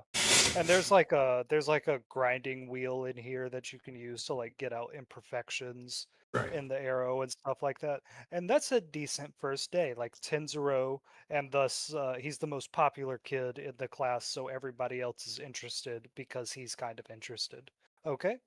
At one point, like there's a window right here, and you see Stacy Elzerna knock on it, and she Yeah, says, Mr. Blinken, do you I know how to will. make clay pots? I look at her and I'm like, cocked my head a little bit. I'm like, what? You know what? No, never mind. We got it. And then you hear like the sound of like a pot breaking. Okay. Okay. So, I want to, there's going to be like 5 days in this week. Okay. I'm gonna make you roll like like have fun doing your class, and Yep. then each of you gets to perform an action for the day. So going back to the top, Schema Weird Bottle is going to spend his action talking again to Mr. Scalderang about the talent show. Because remember last session or a couple sessions ago, Victoro asked Schemo to teach Elzerna with a special lute. So Yep. he's going to talk to Mr. Scalderang and see if he can get information on that. Going to roll a persuasion check. And since he is a level 3 bard and a level 7 wizard, he gets a little bit of a bonus to that. So he is going to learn some valuable information. He'll share that with you later. Huel, what action would you like to perform at the school for the day? It's like the second day now. No, no, no. This is still the Oh, first day. same. Remember that y'all know that Victoro, Amala, and Lady Fea are going to have a meeting with Avi in Lady Fea's office at noon. Yep. Yeah, definitely try to get in there and eavesdrop on that. Okay, so we'll say that this is Uh, Huel's action. Which office did I say was Lady Fea's? Okay, so over here on the opposite side of the map, this is Lady Fea's office. You actually see, at lunchtime, Victoro, Amala, and Fea all come in here. Huel, I'll drag your token over here along with Elzerna, because she can't be more than 30 feet away from you. And everybody's tokens are way too big for this map, but like just imagine that there's plenty of room here. You see them walk into Lady Fea's office and close the door. Huel, from your tour of the building yesterday, you know that there's this prayer room right here, and then this private little study room right here. There's also the door to the office right here. What would you like to do to try to eavesdrop on this meeting? He's gonna put both of his hands on his face for a bit. He's thinking. Okay. I can see As you're there's a thinking, fireplace there, but I don't know there's a fireplace outside. well, no, Lady Fea would have shown you her office during the tour. Like she opened the door and said, "And this is my office. If you ever have any questions, please come to me in here and we will discuss them." Oh god, Huel, as you're thinking, your raven leans over, opens its beak right next to your ears, and you hear the voice of your friend, Avi, the used cart salesman, say, "Hey, Huel, buddy, how's it going? It's been a while. It's been too long. We need to catch up sometime. I actually have some stuff I could give you, but if you want to get in on this meeting with me, which I think you should, I'd be happy to like let you in and see the negotiations. But it's kind of gonna be about you and what you did with Elzerna. They're gonna ask me if I can do something to show them where Elzerna is. Uh, and they're gonna offer me a lot of things for it, and I'd be happy to protect your identity. It's just gonna cost you a bit. What do you say? he's gonna like hit both of his arms on the wall for a second, like how you lean on the wall and think about it. Because look, it's not gonna even be that much. It's gonna be a little bit, such a tiny, minuscule amount. You're not even gonna miss it. 15% of your share of the Vault of Dragons, and I'll protect your identity, and I'll make sure precious little Elzerna over there doesn't have to go back to her mean old mommy and daddy. He's thinking harder and harder, like, you keep trying to scam us and trick us with these deals. He's gonna say that out loud. He says, "Scam you? Huel, how have I ever scammed you? I gave you the cart. I fixed it up. It had a nice new coat of paint on it. I did that thing for Blinken yesterday. I helped save Thorgrim's life." Fuck, I've lost his voice. Exactly. Did that See, thing for for Blinken yesterday. I helped save Thorgrim's life. Huel, I always follow through. Please don't let these nasty, horrible, awful, fake things that these people say about me get into your head. I'm your friend, remember? yeah, friends don't trick each other into taking each other's money. And Inchi never tried to steal my money. He tries to steal my life and stab me, but he doesn't try to steal my money. How did I steal your money? I gave you a cart 15%. and I He's didn't like, even take it all in one. I let you do a payment plan. I'm being so good. I'm being so nice. That's a better deal than you would have got with any other cart salesman in this city. And yeah, I want a piece of the Vault of Dragons so I can give it to the people of this city. Because I know that if you get it, you're going to want to spend it on yourself. And of course you would. You work hard for it. But the people of this city, they need a leg up. They need some help pulling themselves up by their bootstraps, don't they? he's like, yeah, they do. And he's gonna start whispering. He's like, 15% is a lot. 15% of your share. So just 15% of your share. And like, I don't know if y'all are going to actually cut in schemo, but if it's just a split between the four of you, that's 15% of a quarter of the Vault of Dragons. That's not really that much, man. You're not even going to miss it. It's going to be such a small amount. You're not even going to know, but I'm going to do so many good things with it. Keel's thinking now, like he's running out of options, and And Elzerna is just kind of like she's standing on her tippy toes. She's not like used to being this tall. She's just like kind of idle. She's in an idle animation. yeah, like the NPC, like looking left, looking Yeah, right. yeah. He's gonna say 5% for you not to say anything is way more than enough. Goes, how about 10%? That way, that's a compromise. I'm not getting what I want. You're not getting what you want, but we both get a little bit of what we need. Hmm? He's gonna shake little Inchi's hand. He's like 10%, Okay. but So what he's gonna happened? like, Hold nope, up, hold up. What sorry. happens is little Inchi's hand doesn't come out. Little Inchi has an imp hand. It's red. It has 3 clawed fingers. What happens is a human hand comes out of little Inchi's mouth to shake your hand. Yeah, like Keel's in the corner, like huddling, keeping it low key, obviously, like not doing this Yeah. out the open. Yeah, and he's gonna like whisper. He's like, he'll pull him closer with the hand, and Uh-huh. like 10% with room to negotiate. This is the negotiation, my man. If you say 10% and shake his hand, it's 10%. No negotiating afterwards.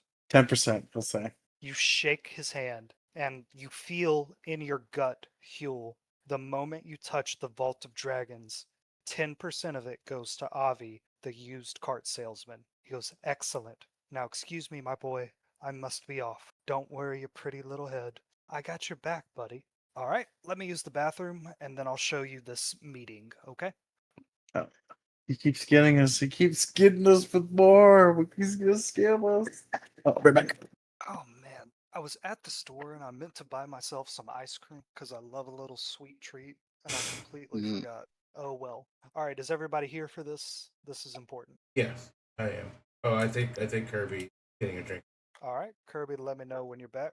I'll grab a drink too and see if I can find something sweet to eat. I'm back. Sorry about that. Somebody was at the door. Hey, that's fine. Yeah, he was just gonna be kicking himself and like back at pacing, and he's like 10%. Like he's just gonna keep saying it over and over. Okay, and Elzerna kind of snaps out of it and goes, Huel, are you okay? Or Mr. Huel, are you okay? He's gonna look over at her, and you'll see his puzzled look go to a smile, and he's like, Huel, you begin to speak to her, and your eyes roll back in your head, and your vision goes black, and you hear her say, Mr. Huel, but it sounds far, far away. And then, Huel, you see yourself in the office with Lady Amala Castellanter, Lord Victoro Castellanter, and Lady Fea El Torchel. You look at your hands and your feet, and you seem to be enclosed in shadow. The edges of the room seem to be a bunch of moving shadows. Only Amala, Victoro, and Fea look solid and real. And you see stepping from the shadows Avi, the used cart salesman, and he approaches the 3 people in this room who are knelt in prayer, and he says, my loyal subjects, it is so good to see you. It is so good to see all of you. Please stand up and let us negotiate. Victoro stands up first, seemingly unaware of your presence in the room, Huel, and he says, Avi, where the hells is my daughter? Where the hells is Milton and Osvaldo? You were supposed to protect us. We have been loyal to you. We have been great to you. And then Amala Castellanter says, my lord, have we wronged you in some way? My family has worshipped you for generations, and for everything to go so wrong like this. And Lady Fea just stands up and kind of bows her head and crosses her arms in front of her, saying nothing. And Avi, the used cart salesman, turns to Victoro and says, You call yourself loyal to me, Victoro? You follow none of my instructions. I tell you to put all your fortunes into the factories and you refuse to because of your ego. And Victoro steps forward and arrogantly says, The factories do not turn out work worthy of the Castellanta name. I will not dilute myself for some half lord's opinion. And Avi scowls out at that. He steps back a bit and says, And you call yourself loyal, yet you clearly have your own ego at heart. And Amala steps forward and says, my lord, you know we want to worship you. We want to bring you back to your full self. Victoro just has different ideas on how to do that. He believes that by remaining noble and remaining pure, we can give you what you need. And Avi, the cart salesman, says, what I need is for you to do what I say, which you don't do. And Victorio steps forward and says, Fine, I will do what you ask, but my daughter, you must return her. We have to have her in order to sacrifice her to you, which is what you wanted. And Avi says, Well, then you should have taken better care of her. It's not my fault that your gift to me just got up and waltzed away in the middle of the night. Did you not have proper security? Did you not use any of your noble money to defend your manor? And Victoro says, Your servant, Milton, and our god, Osvaldo, was supposed to protect us. And Avi says, Well, they tried, but they clearly failed. Their bodies are dead and rotting in Troll Skull Alley. Maybe someone more powerful than you, Victoro, is out there. And Victoro says, We were going to get the Vault of Dragons and use it to take over this city, to be the only noble family, to buy up all the guilds and return all power to the nobles like it's supposed to be. But you want a piece of it for yourself. And you're right, my lord. I have stubbornly refused to give it to you. I will give you 5% of the entirety of the Vault of Dragons if you tell me where Elzana is. And Avi kind of like looks at his fingernails and he looks at the back of his hand, his eyebrows raised, and he goes, Ooh, oh me, oh my, a whole 5%, Victoro, you flatter me. But unfortunately, I can't do anything about that. And Amala steps back. And Victoro steps forward and he says, Are you dealing behind our backs, Avatar? And Amala says, My lord, we have been the most loyal of servants to you. And Avi says, This isn't about loyalty. This is about competition. It's about bringing out the best. Yeah, I'm dealing with other people because I want to see who wants it more.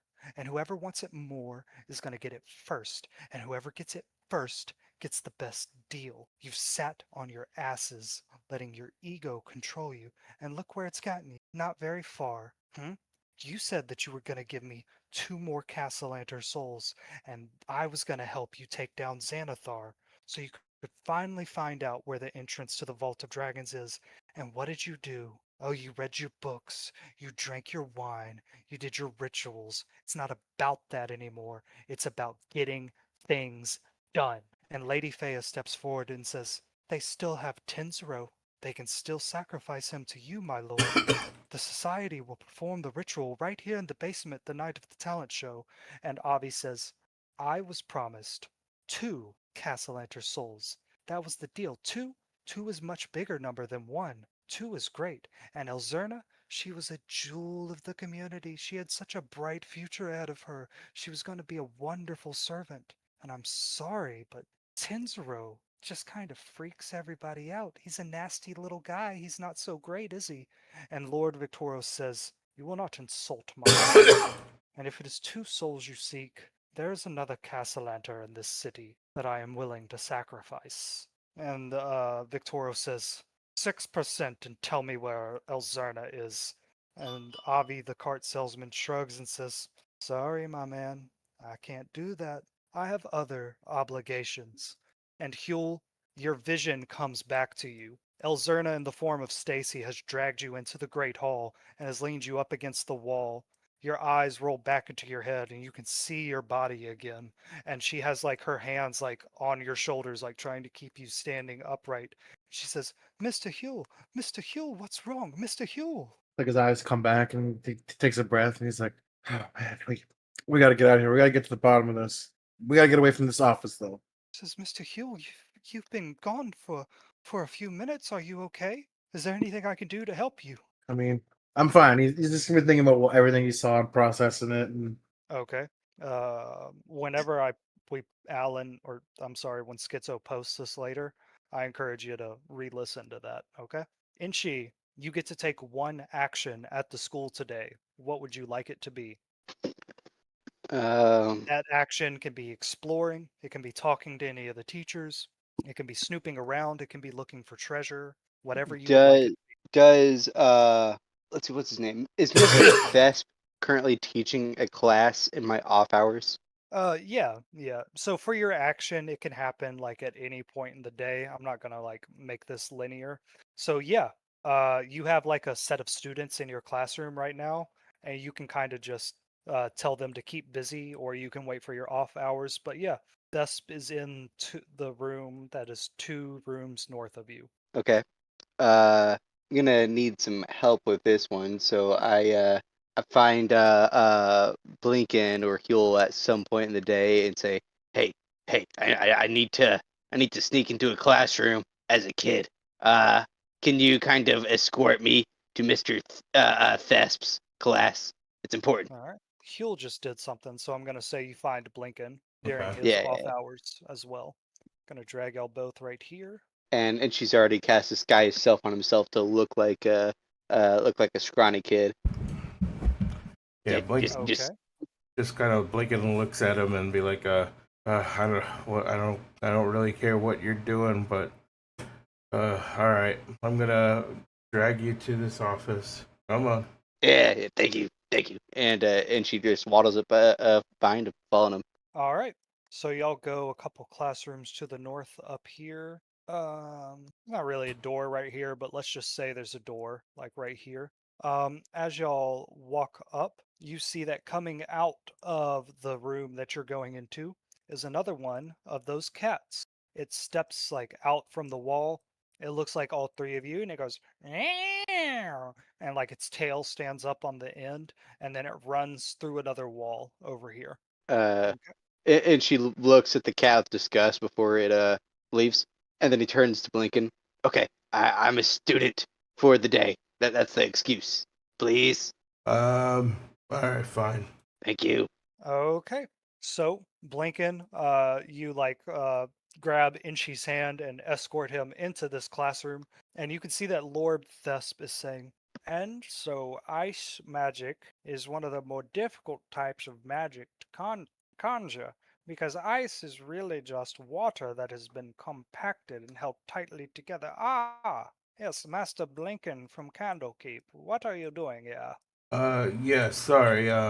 The student here, and I'm pointing at, and she is the student was kind of lost, and he's been assigned to your class, I think, because he's been saying I want to go to this class, so um, And she waits eagerly. Inchi, he's what do ready you to look learn. like? Oh yeah, what do you look like? And she looks like a short, black hair, scrawny haired kid, like pretty scrawny arms, legs. Human, Kind of looks elf. like he'd run up to someone and say, "Please, sir, can I have a coin?" You know, Okay. like a very homely kid. Okay. And Thespes says, yes, what is your name and what house do you hail from? Uh, my name is Bob Lee, and I hail from the Lee house. I think He I says, hail from my house at home. Is that what you mean, sir? this is a school for noble children, and I believe I have met Mr. Bob Lee of the Lee household. Inchi, N- roll deception with disadvantage. Uh, Ooh. not one. Damn, that's really bad. Uh, he says, I do not know who you are, but if you do not provide me a good explanation right now, we will march into Lady Faye's office. If I find out that you are some street rat that conned his way into this school, there will be punishments for you and your house. And she gulps, then turns around and runs out of the room. Okay. Uh, Is it- Thess turns to you, Blinken, and says, Master Blinken, what is the point of all of this? yeah, Blinken shrugs. It was just a child. I was trying to help a child. Oh, he says, yes. Well, do be careful. There's been issues. Break-ins at the museum, the Castellanta girl getting kidnapped last night. We must be vigilant to protect ourselves and our students. Understood, sir. I apologize. He says, yes, now go back to teaching guild arts or whatever it is we hired you for. Yeah, All Blinken right. nods and just walks away. All right. In your action for the day, it was a failure. Damn it. Blinken, you walk out of the room. It is your off period if you want it to be. And what is the action that you wish to take today? I'll probably kind of like go through some more like I don't know how exactly, but I just want to get information, probably like at a library or something, or maybe if there's like a teachers lounge or something that they have, to see if I could eavesdrop and see if I could learn some more stuff about the Castle Lanters. You know, if there's any information that might slip through people's mouth. Teachers lounge, teachers lounge. So here in the Great Hall, like during lunch, Yeah. I'll say that all the teachers are like eating up here at the high table. Okay. Since it's lunch, the Castellanters and Lady Fea would be at their meeting that Huel is spying on. Okay. Okay. Let's see. All right, yeah, for lunch today, it is like turkey legs that have been slow roasted. There's mashed potatoes and like fresh grilled vegetables. Like it's a really excellent, great meal. And you can sit up here at like the big table where like the teachers all sit. Who would you like to sit next to or sit between? Probably. I'll arrange it however you want. So pick two people and they'll be on either side of you. Okay. I'll probably do Alchrist and let me see. Alchrist and probably Lord Thesp. Well, Alchrist because I obviously know in character that he likes to talk a lot, so maybe he'll say something. Okay. And then Thesp might be a good potential as well because he seems kind of I don't know crazy. Yeah. Uptight. So that's El Torchel. His family owns El Torchel Villa, so he sits in the big chair in the middle here Yeah. when his daughter's not sitting in it. Ulcris sits to your side, and he engages you in conversation, and he goes, "Oh shit, Blink! Oh yeah, we did your time in the classroom. Okay." Yeah. And he says, "Master Blinken, or Master Master Blinken, how did your first day of teaching go?" Oh, it was exciting. I kind of taught the importance of like paying attention to woodcrafting.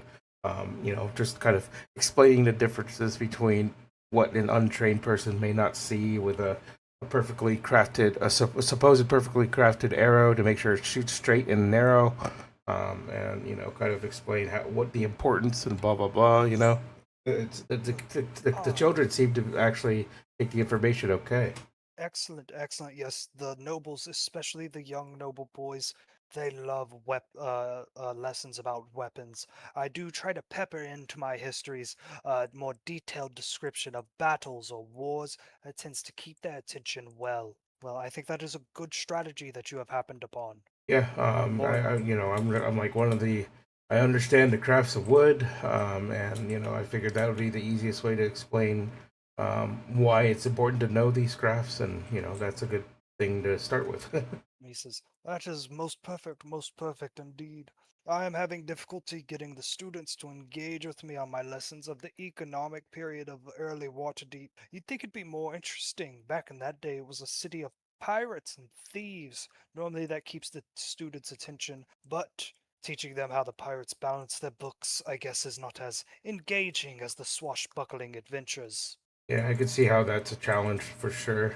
Thess says, I was teaching about ice magic today.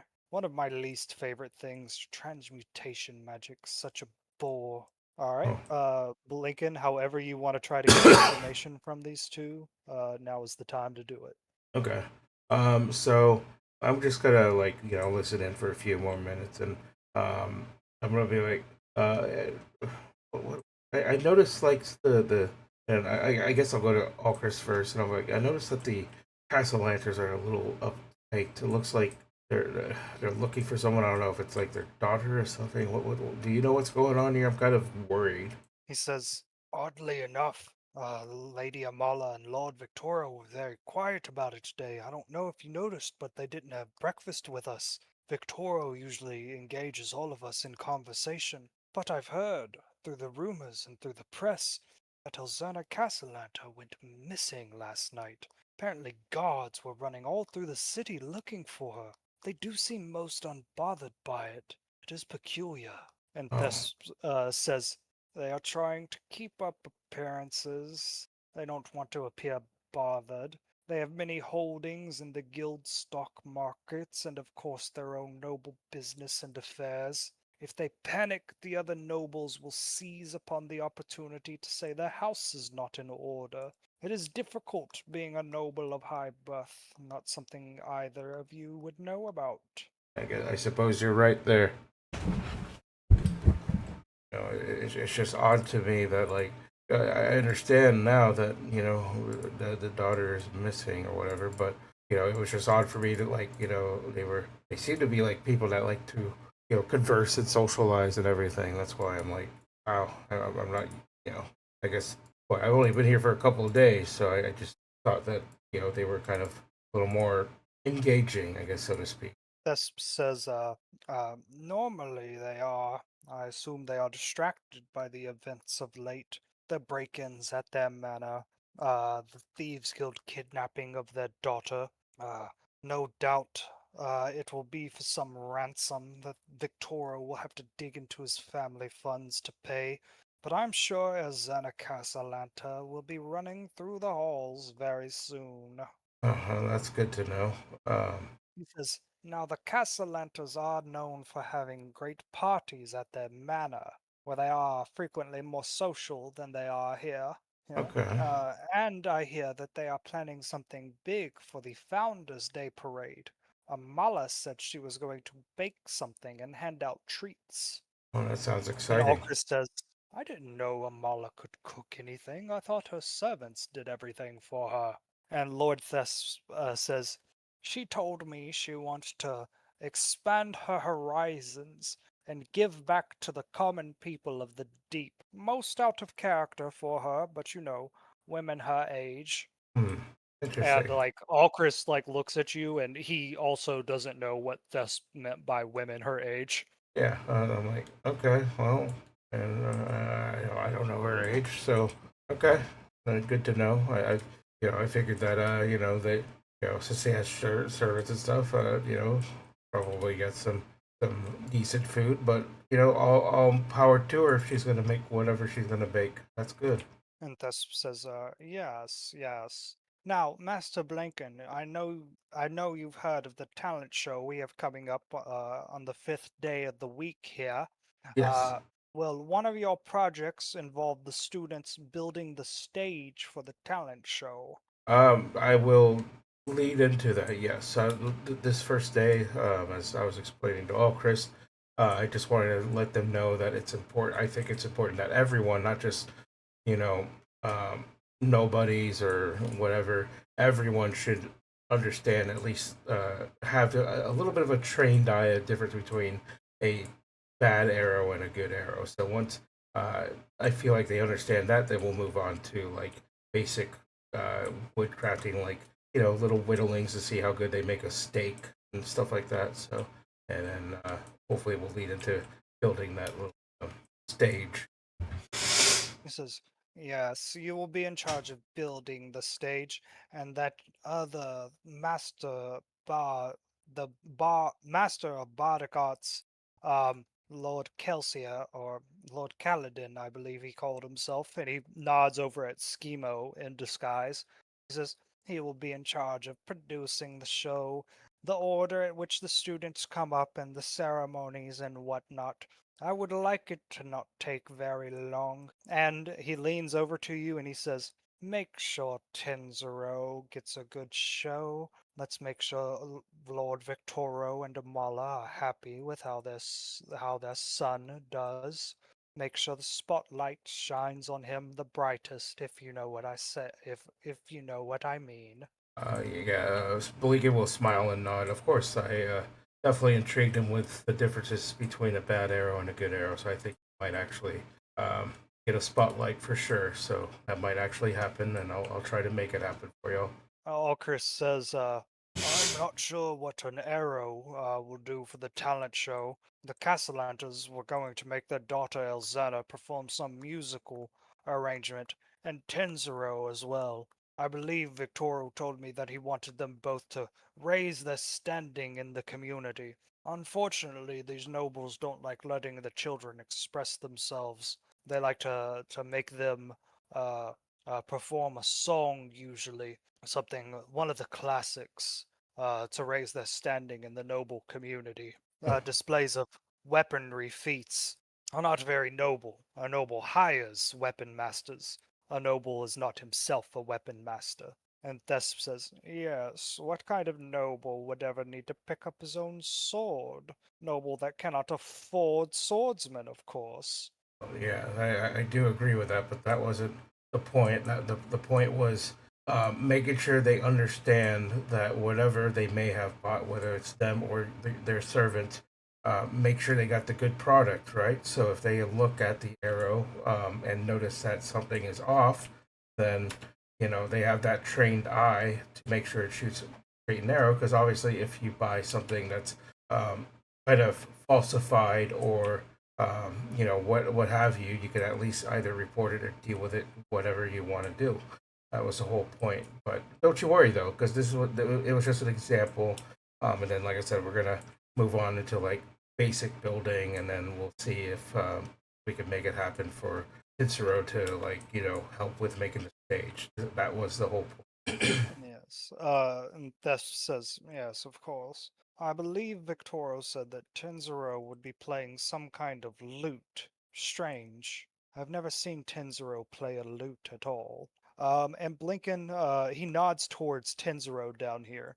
And as you Yeah. look at Tenzero, two of these cats appear from under a table and hop up on the table. And they prance around, and one actually marches down here and weaves between the other students. And another cat comes up to Tenzero, and Tenzero pets it, and the cat licks his hand and then licks his face. Roll a perception check. Okay. All right, let's roll. It's an 8. It's not the greatest. It's an 8. The Yeah. cat licks Tenzero's face and then licks his ear and then hops away, and the other cat does as well, and they go in different directions. I look at all Chris and I said, say, what is the deal with these cats? I've seen them just appear out of walls. Is it? Legends say that these cats have been here since El Torchel Academy was founded. They're the spirits of the cats of the original builders. They just kind of walk around the school. They're completely harmless. I assume Lord Thespia keeps them around because they're entertaining. And Lord Thesp says, yes, entertaining. Blinken, roll an insight check. All right. Inside, I'm decent at. Let's see. Roll high, please. Oh, yes, natural 20. 26. Lord Thesp is lying. He does not keep these cats around because they're entertaining. All right, so I'm like, entertainment, huh? Okay, understandable. Okay. I see the appeal. Okay. As lunch ends, and we're gonna wrap up the session here. Okay. Allchrist leaves. He says, I have to get back early and prepare my notes for my advanced placement class. And Lord Thesp says, one more class on ice, and I'll be good.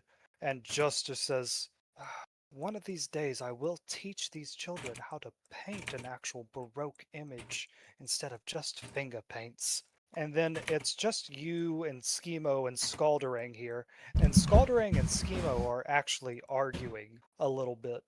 And Okay. Scaldering says, I wouldn't even be teaching the boy how to play properly. The lute will play itself. He just needs to look like he knows what he's doing. I teach actual music. You are the performance teacher, so you teach the Tenzero brat how to perform. And Schemo, in disguise as Kaladin, says, Yes, of course, Master Scalderang. Of course. And Scalderang pushes his chair back and says, We'll give him the lute right before he goes on stage for the talent show, and then we'll take the lute away right after. It is attached to Lord Victoro. He will summon it and dismiss it, so don't worry about that. He just needs to look like he knows what he's doing. Nobles and their shortcuts. And Scalderang prances away.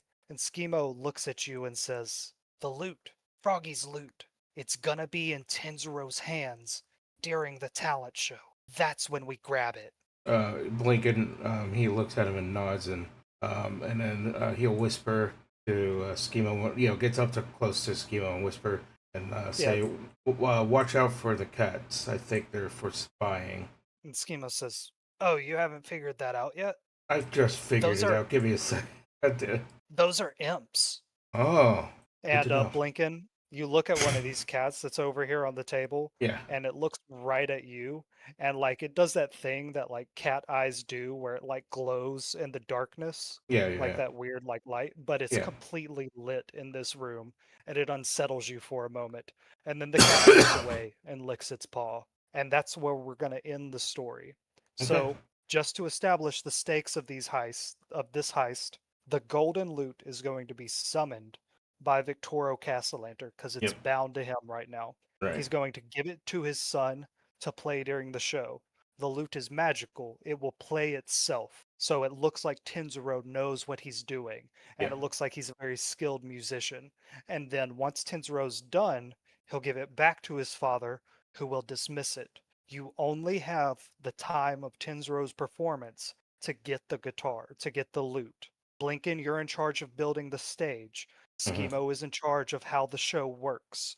Y'all can use this to plan your heist for the talent show, and you have 4 days to do it. Okay. All right? Does that sound good to everybody? Anybody got any questions? No. Sounds good. All right. This was fun. I really liked this. So this is kind of what we'll do next session. Y'all Okay. set up for your heist. We'll do a fun little like silly thing where you have your lessons and then you have your action. And you basically have 4 days to set up for this heist. Okay? You see, I was going to use this opportunity to actually learn a new spell school, You Renchi, still can do that. You still have 4 but days in this school. that natural one might be a sign. Maybe he's only destined for illusions. Maybe. But basically, I'm kind of at your mercy. Whatever school he's teaching that day, I just plan to add one more school class for and she knows.